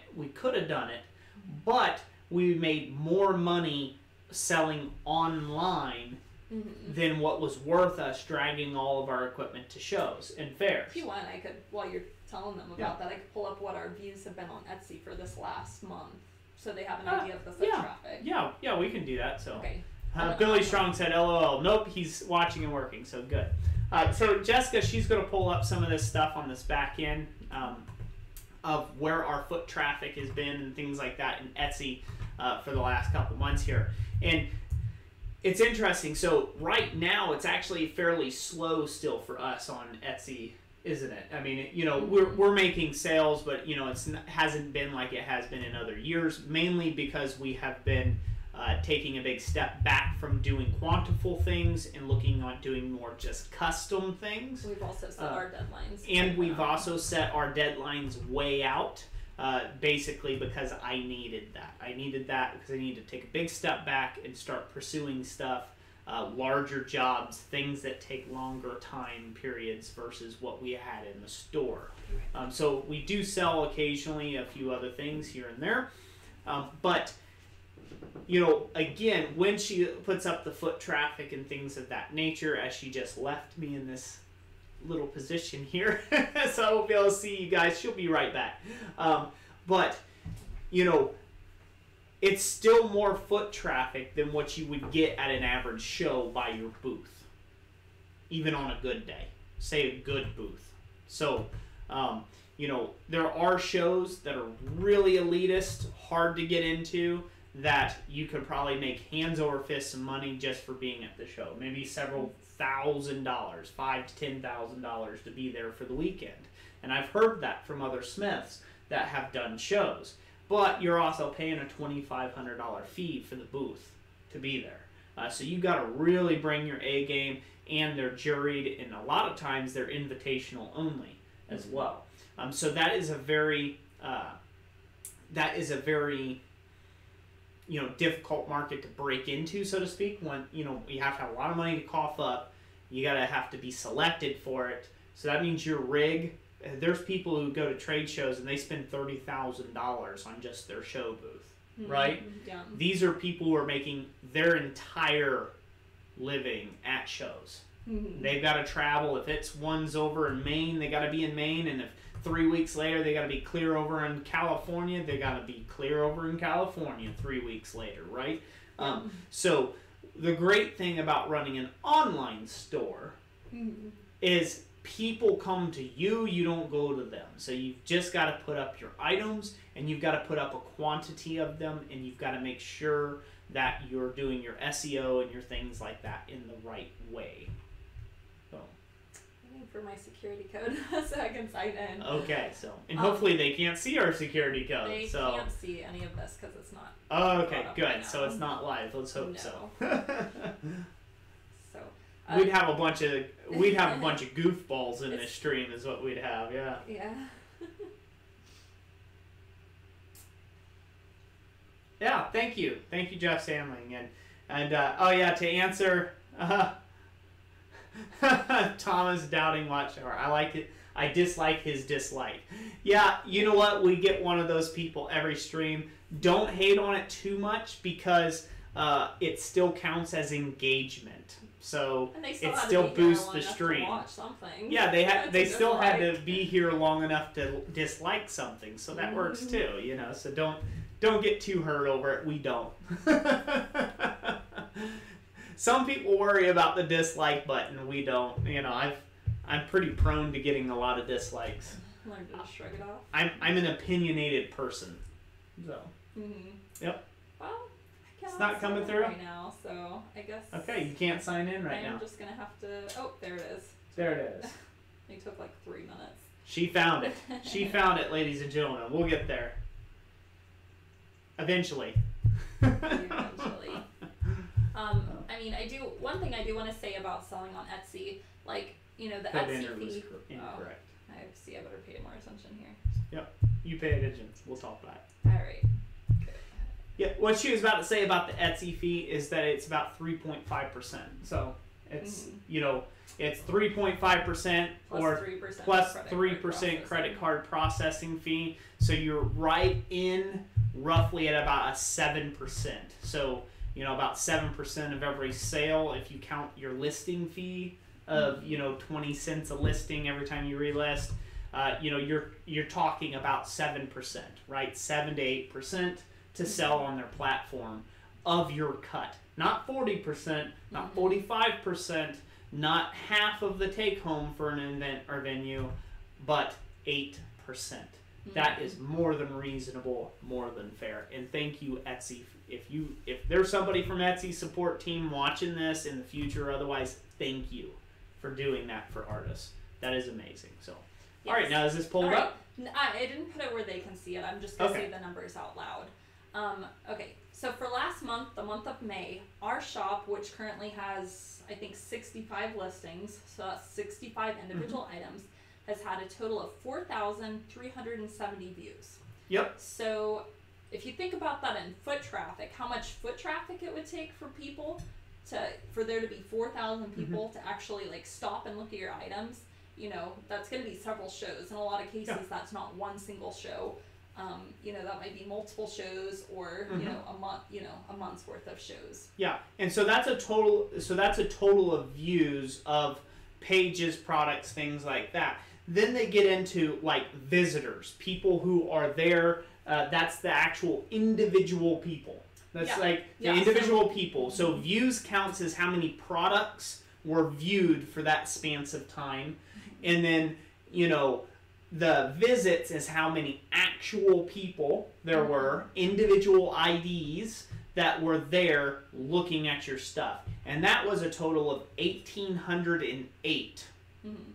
So that is a really great exposure there for you. Right. If you were to think about, if you just had your items just in that art gallery, you know, the odds of 1,800 people actually going through there on foot is pretty low. Most art galleries are lucky to turn 50 people a day through the gallery. 50 people a day. That's a long road to 1,808. So that is the power of the internet, if you will. If you take advantages of those and you take advantage of the search engine optimization for your business, and you get on, you know, Etsy or your own website, and you can get a lot of that traffic through there. You know, and we're real big fans of doing that. Now, I know this is all about fairs and it's supposed to be about craft shows, and we definitely like to help people on that. It can complement it really well, though, because, you know, if you have people that come and visit your booth, but they're not ready to buy just yet, but if you have on your business card, you have your Etsy shop, a link to it, then they can type it in and go see your products later on. And they can take that, time for that buying decision on that bigger project that you have laying out there on the table. You know, I mean, I don't carry $500 cash with me anywhere I go. No. I mean, that would be stupid, right? And then, you know, again, I just met you at a craft show. I'm not feeling comfortable swiping my credit card through your phone. Right? Like, I don't know. You know what I mean? I don't know. How do I know? Right? How do I know you didn't punch in $1,000 there, right? You know, for an item that was supposed to spend $500. Add an extra zero or two in there, right? So, you know, again, that's how much they'd get a rude awakening if they did that. So, but anyways, you know, beyond that, you know, that's one of those things where they might feel more comfortable interacting with you at a later date as well. Which, by the way, if you don't have an Etsy store, but you're considering doing that, if you check out the playlist on our channel, I did like a whole series of videos, over a dozen of them, earlier part of last year. Check out the playlist. Like, the info's there. You can get your first 40 listings for free. There's like a link down there that you know, helps you get your first 40 listings for free, which they're like 20 cents a listing or whatever, but it saves you a couple of bucks. Yeah. So, and one other thing I wanted to share before we put this. By the way, when you do that, you're not going to find the playlist just sitting right up there at the top. We actually have more playlists than what some people have videos on their channels. So we actually have more playlists than what some people actually have videos on their channel. So you will have to search the Etsy playlist, or selling on Etsy, or somewhere, or all. Is it called All About Etsy? So search for the All About Etsy playlist in the playlist section, and that should pull those videos up for you. Excuse me. Oh. The other thing I wanted to share was our numbers for the total views and visits for all of last year.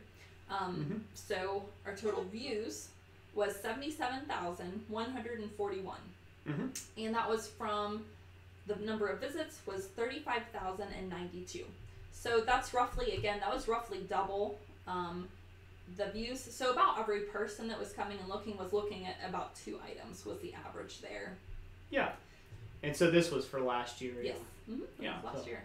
Yeah, and so you know, again, we do a lot of business in a lot of different places and things like that. We do a lot of different stuff. And can I share that information there? That's you think it's fine? Yeah. Okay, so on our end here, what I'm looking at is I want to take and put that down to actual revenue for you, okay? And this is something that I think our channel shines at, is we're very open about what we what we do. What we feel like we can share, we share. What we don't feel like, we don't, right? So that sort of thing. You're not going to find out our taxes. We're not going to give you all the nitty gritties of our business.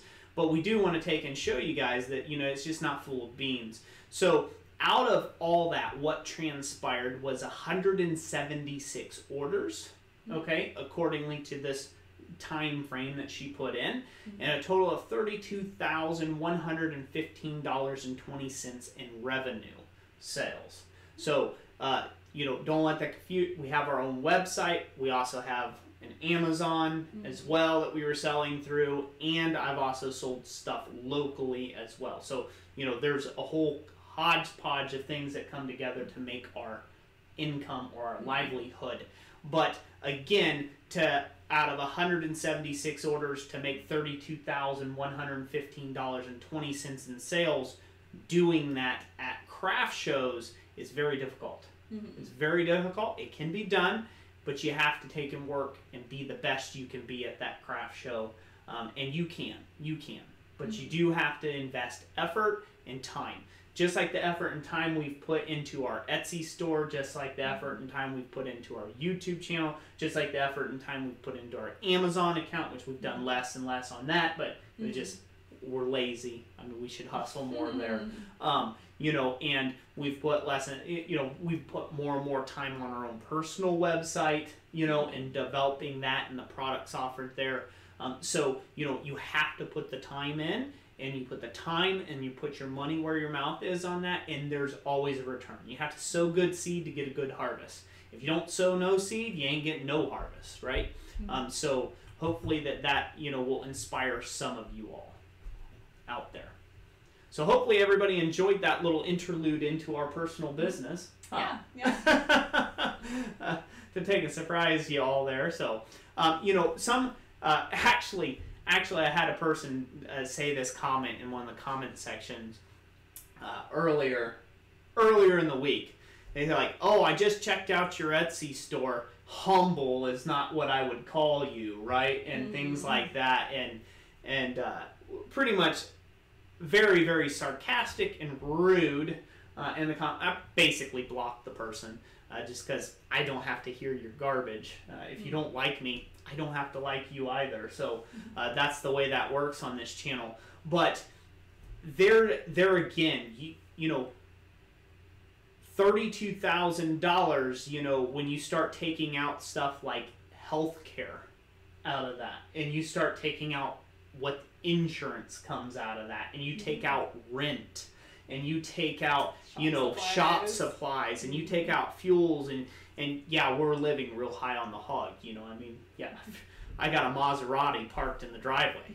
I just don't vlog it. You know what I'm saying? Like, you guys are suckers. It's masquerading as a Jeep. It's masquerading as a Jeep Liberty, an '05 Jeep Liberty, that's like 13 years old, So, so that humility, that humility thing, money has nothing to do with humility. It has nothing at all. It's all in the way that you perceive it. And we perceive money as a tool. It's not a gift. It's not a birthright. You don't just get it because whatever. You have to work hard for it, and then you have to manage it properly when you get it in. So don't let anybody bag on you because you're trying to make a living at this.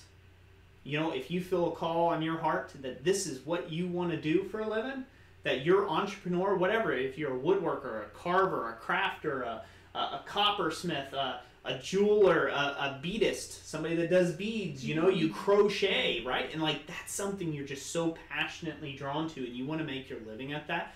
Don't let nobody beat up on you about that. Don't let nobody beat up on you if you become successful or if you carve out some sort of life for yourself. Don't let nobody beat on you about that. Like I said, they don't have to like you, and you don't have to like them either. It's perfectly fine. You can part ways, and there's 7.3 or 7.8 now billion other people, minus one that you can get along with, right? Or minus 50. Or like in my case, there might be minus 50,000 people that I'll never get along with. Couldn't care less. So. Our page says you forgot to mention the tax man. Yeah, the tax man. You can't avoid that guy. He's kind of a given. Yeah, and what he wants. Yeah, what he wants. That's right. Oh. See you, Penny Brown. Thank you so much for being part of the stream. Hope you enjoyed it. Hope you have a good night's sleep and a good rest. See, for the Honor Forge, Etsy works as a search engine for folks browsing for pretty cool stuff. Yep, it does. And the really neat part is you get exposure like from all around the globe. You know, we've sold stuff to all sorts of, probably every continent at least, and you know, a bunch of different variety of countries as well. There you go. Thomas Doubting Watchtower, you asked, if you have more listings, will you be seen more on Etsy? Our biggest thing on that is yes. Basically, it is a giant search engine. Now, just because you have a bunch of random stuff up there, that's not going to sell more for you. Mm-hmm. You've got to have a purpose-driven business when you're on Etsy. It's got to be a niche, right? Mm-hmm. There's a niche. So whether you're doing blacksmithing, you're doing spoon carving, you're doing whatever it is that you're doing, it's got to be your niche, and you got to have like items and relatable SEO to it. And Jessica will segue over into our blacksmith cheat sheet for the people who are interested in that, for the search engine optimization. I want to finish answering his question if I can. So think of it this way. There's a lot of fish out there in that sea, and if you throw out one lure and one hook, it is 15 billion to 1.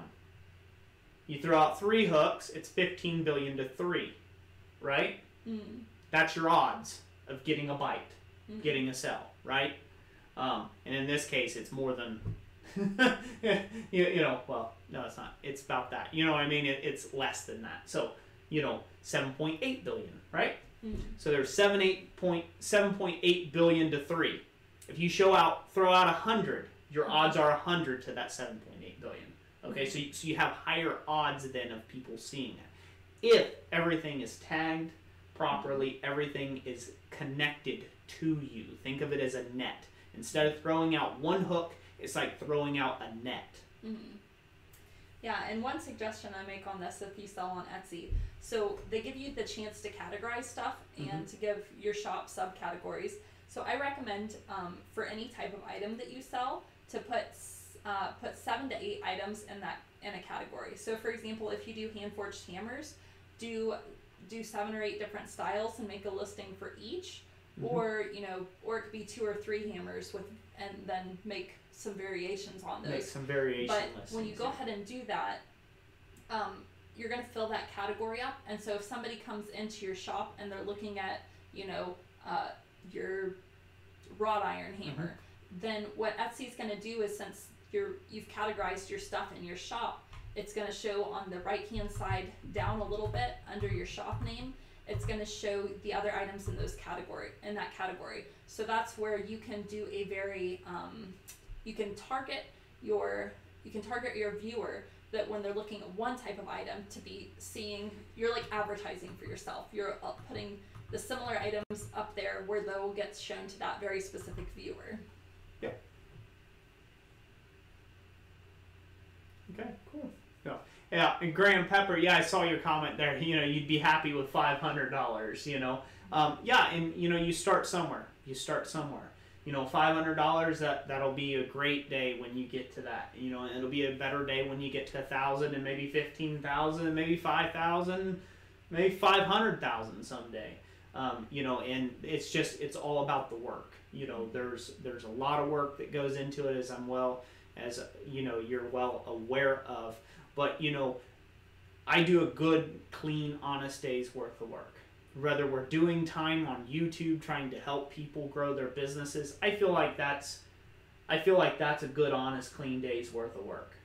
If we can respond to somebody's email and help them on something that they were trying to figure out, and that somehow blesses them, that allows them to make money, and their whole year's changed of it, and maybe in 2 years or 3 years from now, they have a business that is like 10 times better than what we have ever done, but we had some small part in helping them along the way. I think that's good, clean, honest money. I really do.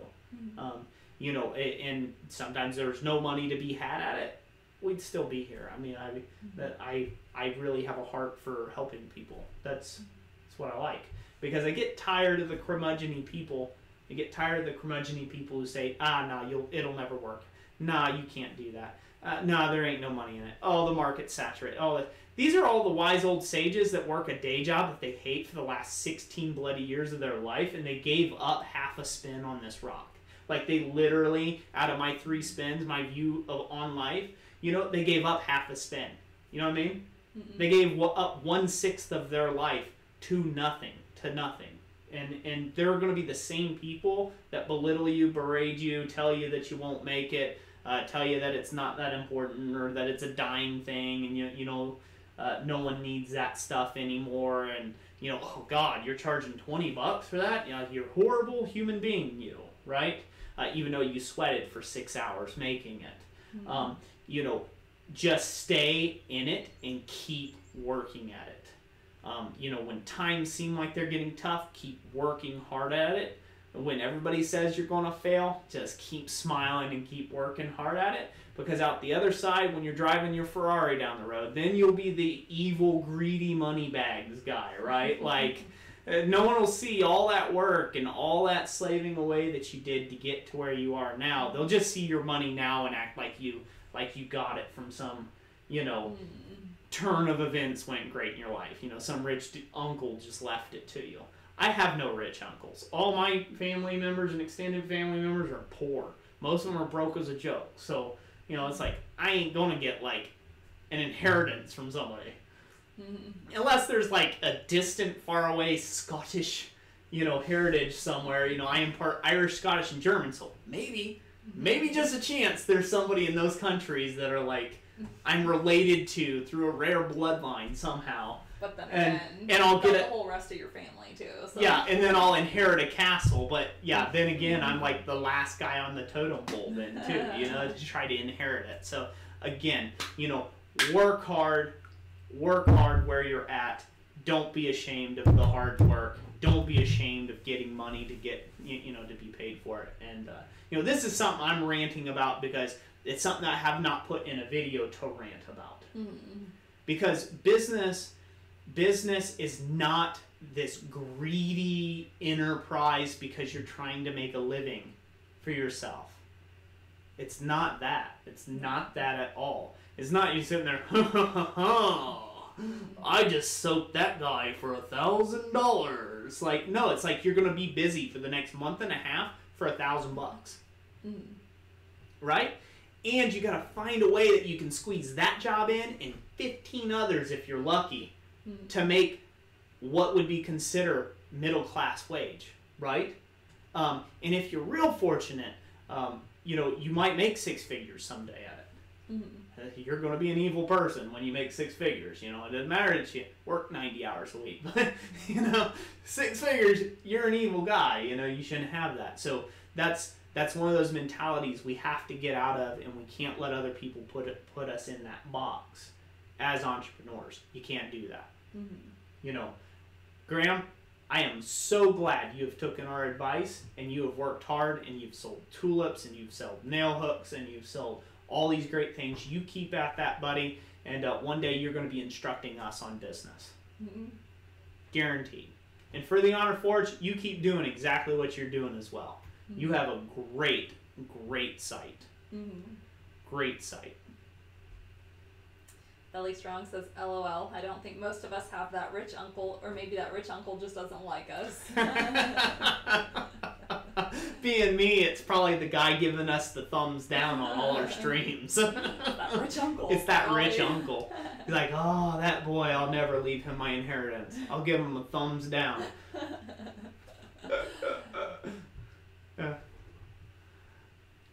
You read? Paige says, I had a client question my price on a custom hand-forged chest lock, but in the end, he saw the hours it took to make it. Yep.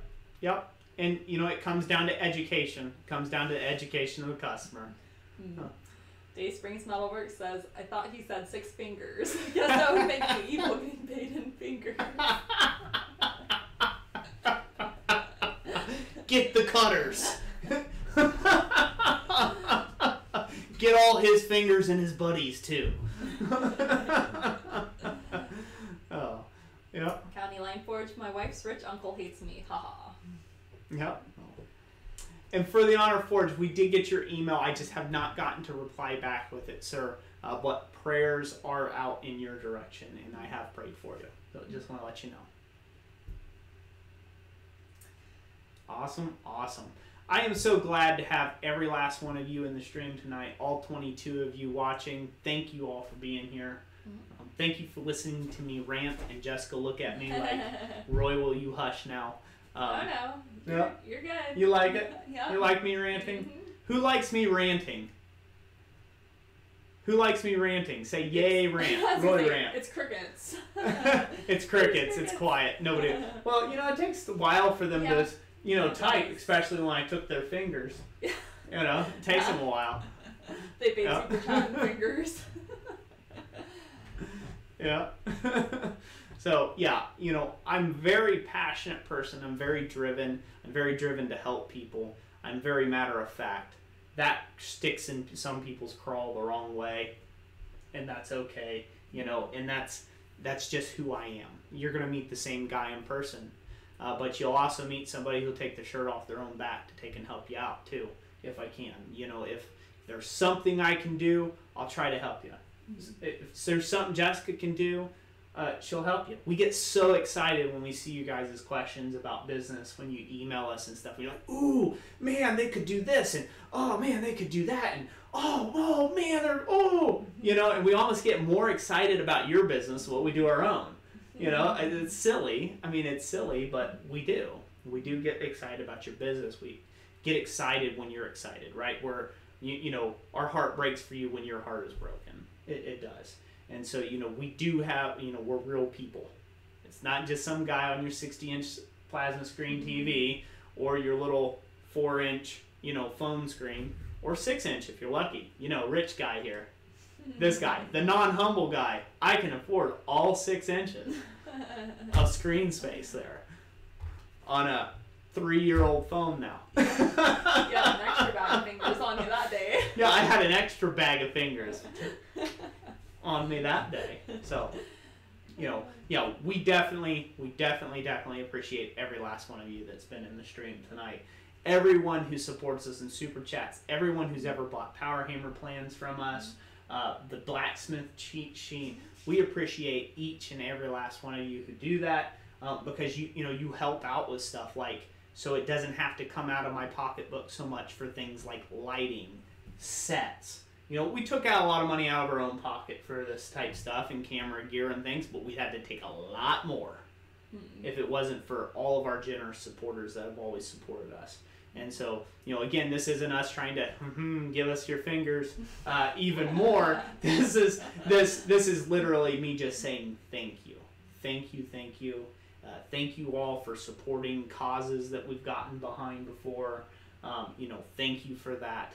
Going and supporting other channels that we've pointed in their direction. Thank you for that as well. Thank you for supporting Chandler Dickinson when we did that hammer. You guys were amazing. Bid that thing up like crazy. Would have never thought it would have went that high.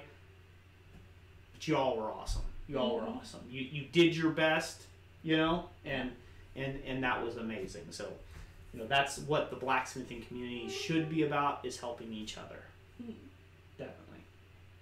Another Roy rant, sentimental tearjerker, fingers over. I was gonna say, I think you got a lot of likes on your Roy rants here. Oh, did I? Oh yeah, I was gonna say that looks like at least 20. Good. And there's everybody who's watching the stream so far. People in here, so. Yeah. Everybody likes the rant so far. Yeah. Edge Grey Wolf, at least it's not whining. Belly Strong, I would rant, but I can't type that fast. LOL. That's funny. That's funny. Oh. Roy, you better build a guest trailer for all of us who want to visit LOL. Yeah, well, my parents, they do have a cabin. They do have a little trailer cabin thing. We could set somebody up in there, huh? For the people who want to visit. Jeff Sandling says, love Roy rants, don't change a thing. Jess, my wife just said y'all need to start a Blacksmith wife support group. I kind of have something in the brew. I'm not going to say anything just yet, but we'll see. Yeah, a support group. Yeah, I think it's kind of like an AA meeting, is what he was talking about. You know. Okay. Yeah, but it's kind of like a Roy Anonymous meeting. Kind of like it's like a Blacksmith Anonymous Those meeting darn for wives. blacksmiths always Those tracking darn the folder. blacksmiths. Yeah. Smudges all over their faces. That's good stuff. Good stuff. You want to show the Blacksmith PDFs page for anybody who's watching this on the replay and you've made it this far. I know we've got a lot of our regular people here, you know, supporting us in the chat, just talking to us and stuff. So, but we'll go over and segue like we usually do to the Blacksmith PDFs page. Chances are the next time you see this page show up, it's going to look a little bit different, which we're excited about, aren't we? Yes, we are.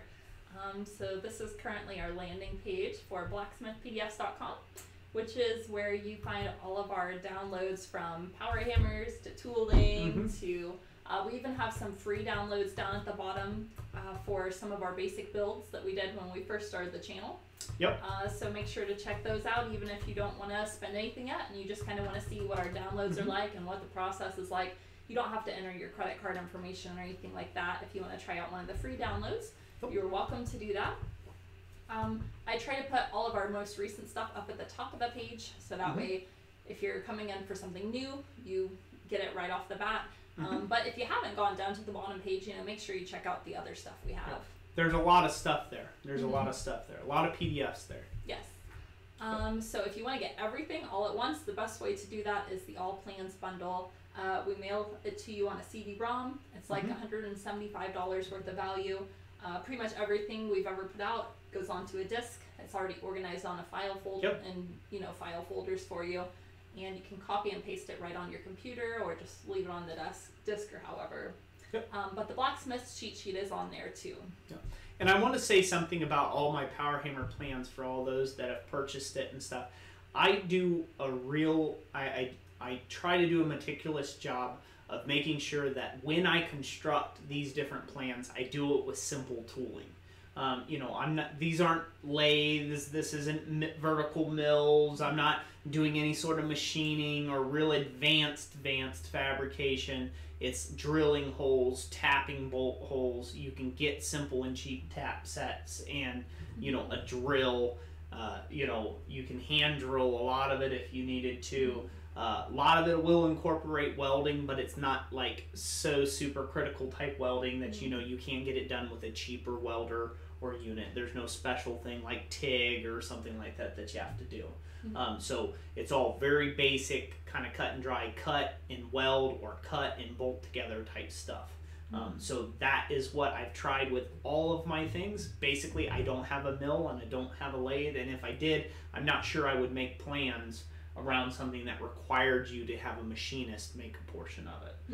Unless that's something that you already are a machinist, then hey, why not? You know, you got extra tools that I don't have. So everything's centered around a guy that has a garage, maybe full of some welders and some angle grinders and a drill of some kind. You can make these.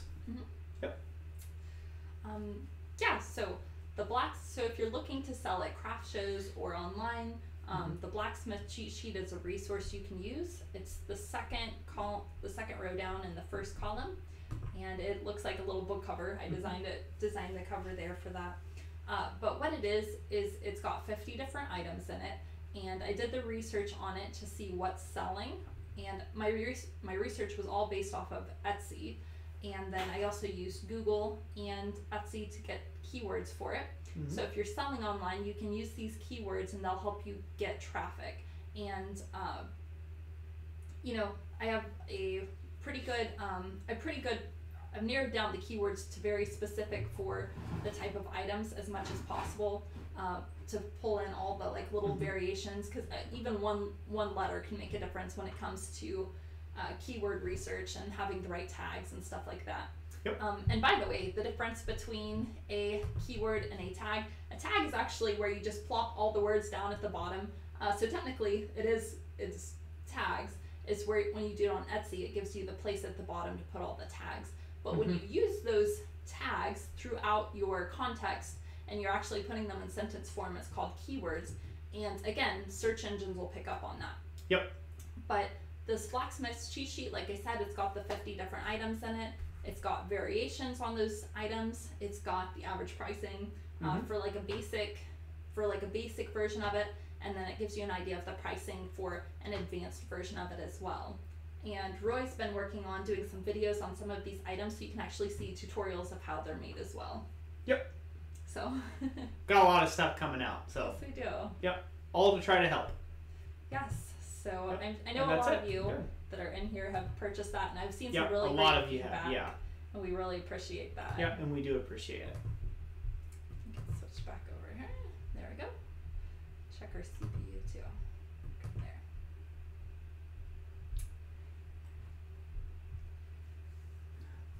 Let's say here. See, was there something about a silly question? No. For the Honor Forge. Okay, that's where we left off. He said, so excited, Yep. Jess. Cool. Billy Strong Herb needs to put in some camping spots. Andrew Freeman asks, any sneak peek to this week's vids? Let's hear it. So what kind of videos are coming up this week? For the Honor Forge, I'm sure his face will be there in them vids. So, sneak peek for all those that have stayed around for this 2-hour stream. Donald Roberts, goodbye. God bless you.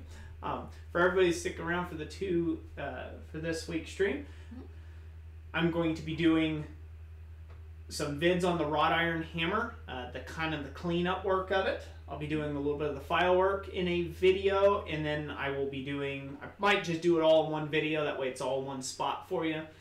Do the file work and the hardening and tempering of that hammerhead in that video. That will be released, and then next week's live stream we're actually going to put a handle in it and use it on a small project of some kind. Some pretty exciting things there. I'm not going to say anything, that way if I don't get around to what I want to do, which I really want to do this thing that I want to make with this hammer, we'll see how that goes, see how it transpires. I've got a lot of things going on this week in preparation for that. I've actually got a job I've got to bid for a fireplace hood, so I've got something like that I got to do by this week, so we'll see. If my week doesn't get completely crazy, guys will get to see some pretty neat things come next live stream.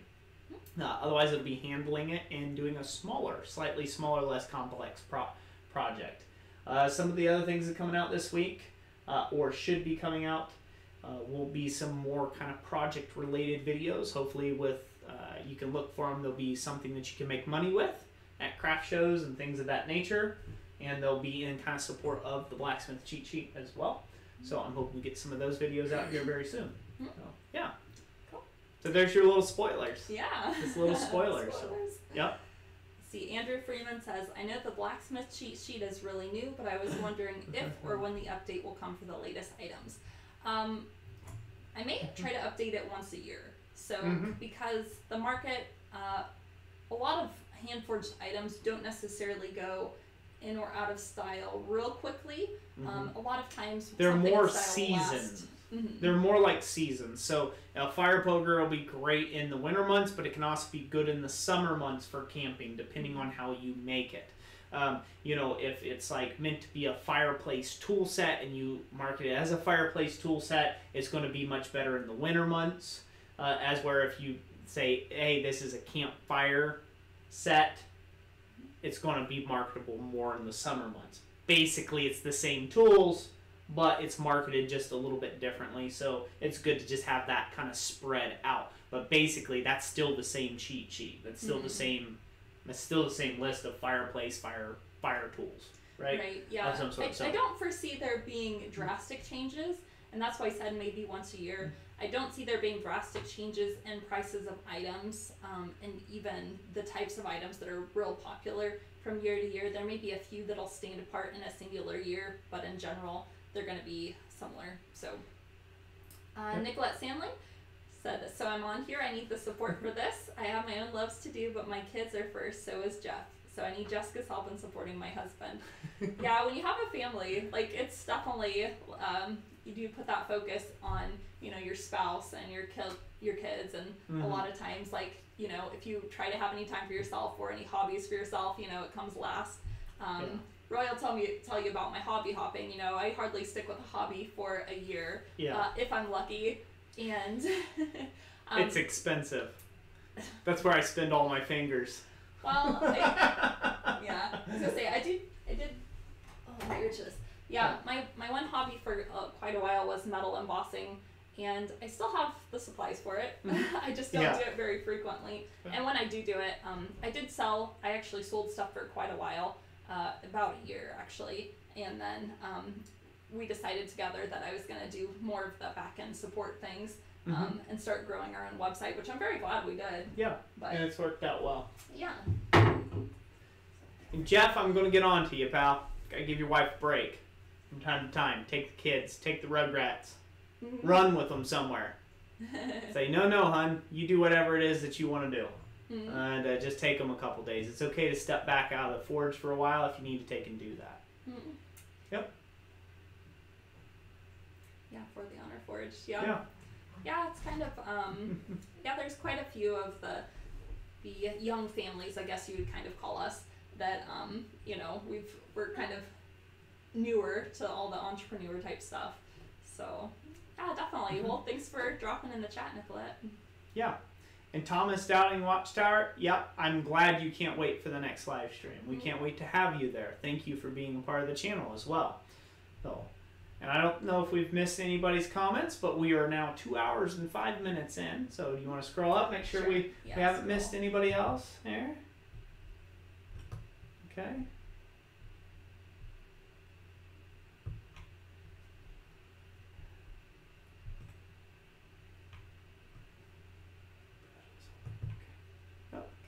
I don't see anybody. I think it's good. I think we're caught up. Yeah, I think we got everybody.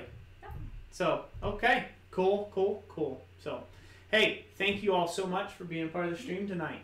Now, I hope you all liked it. Remember to hit that like button in the stream on the way out if you did. Or also hit that downside button if you disliked it. That's okay. I don't think we do have that many people that dislike the stream, but if you did, all helps for engagement. So we're appreciative of that as well. Let's see here. Somebody is... okay, here. Let's get here. Riv, last name.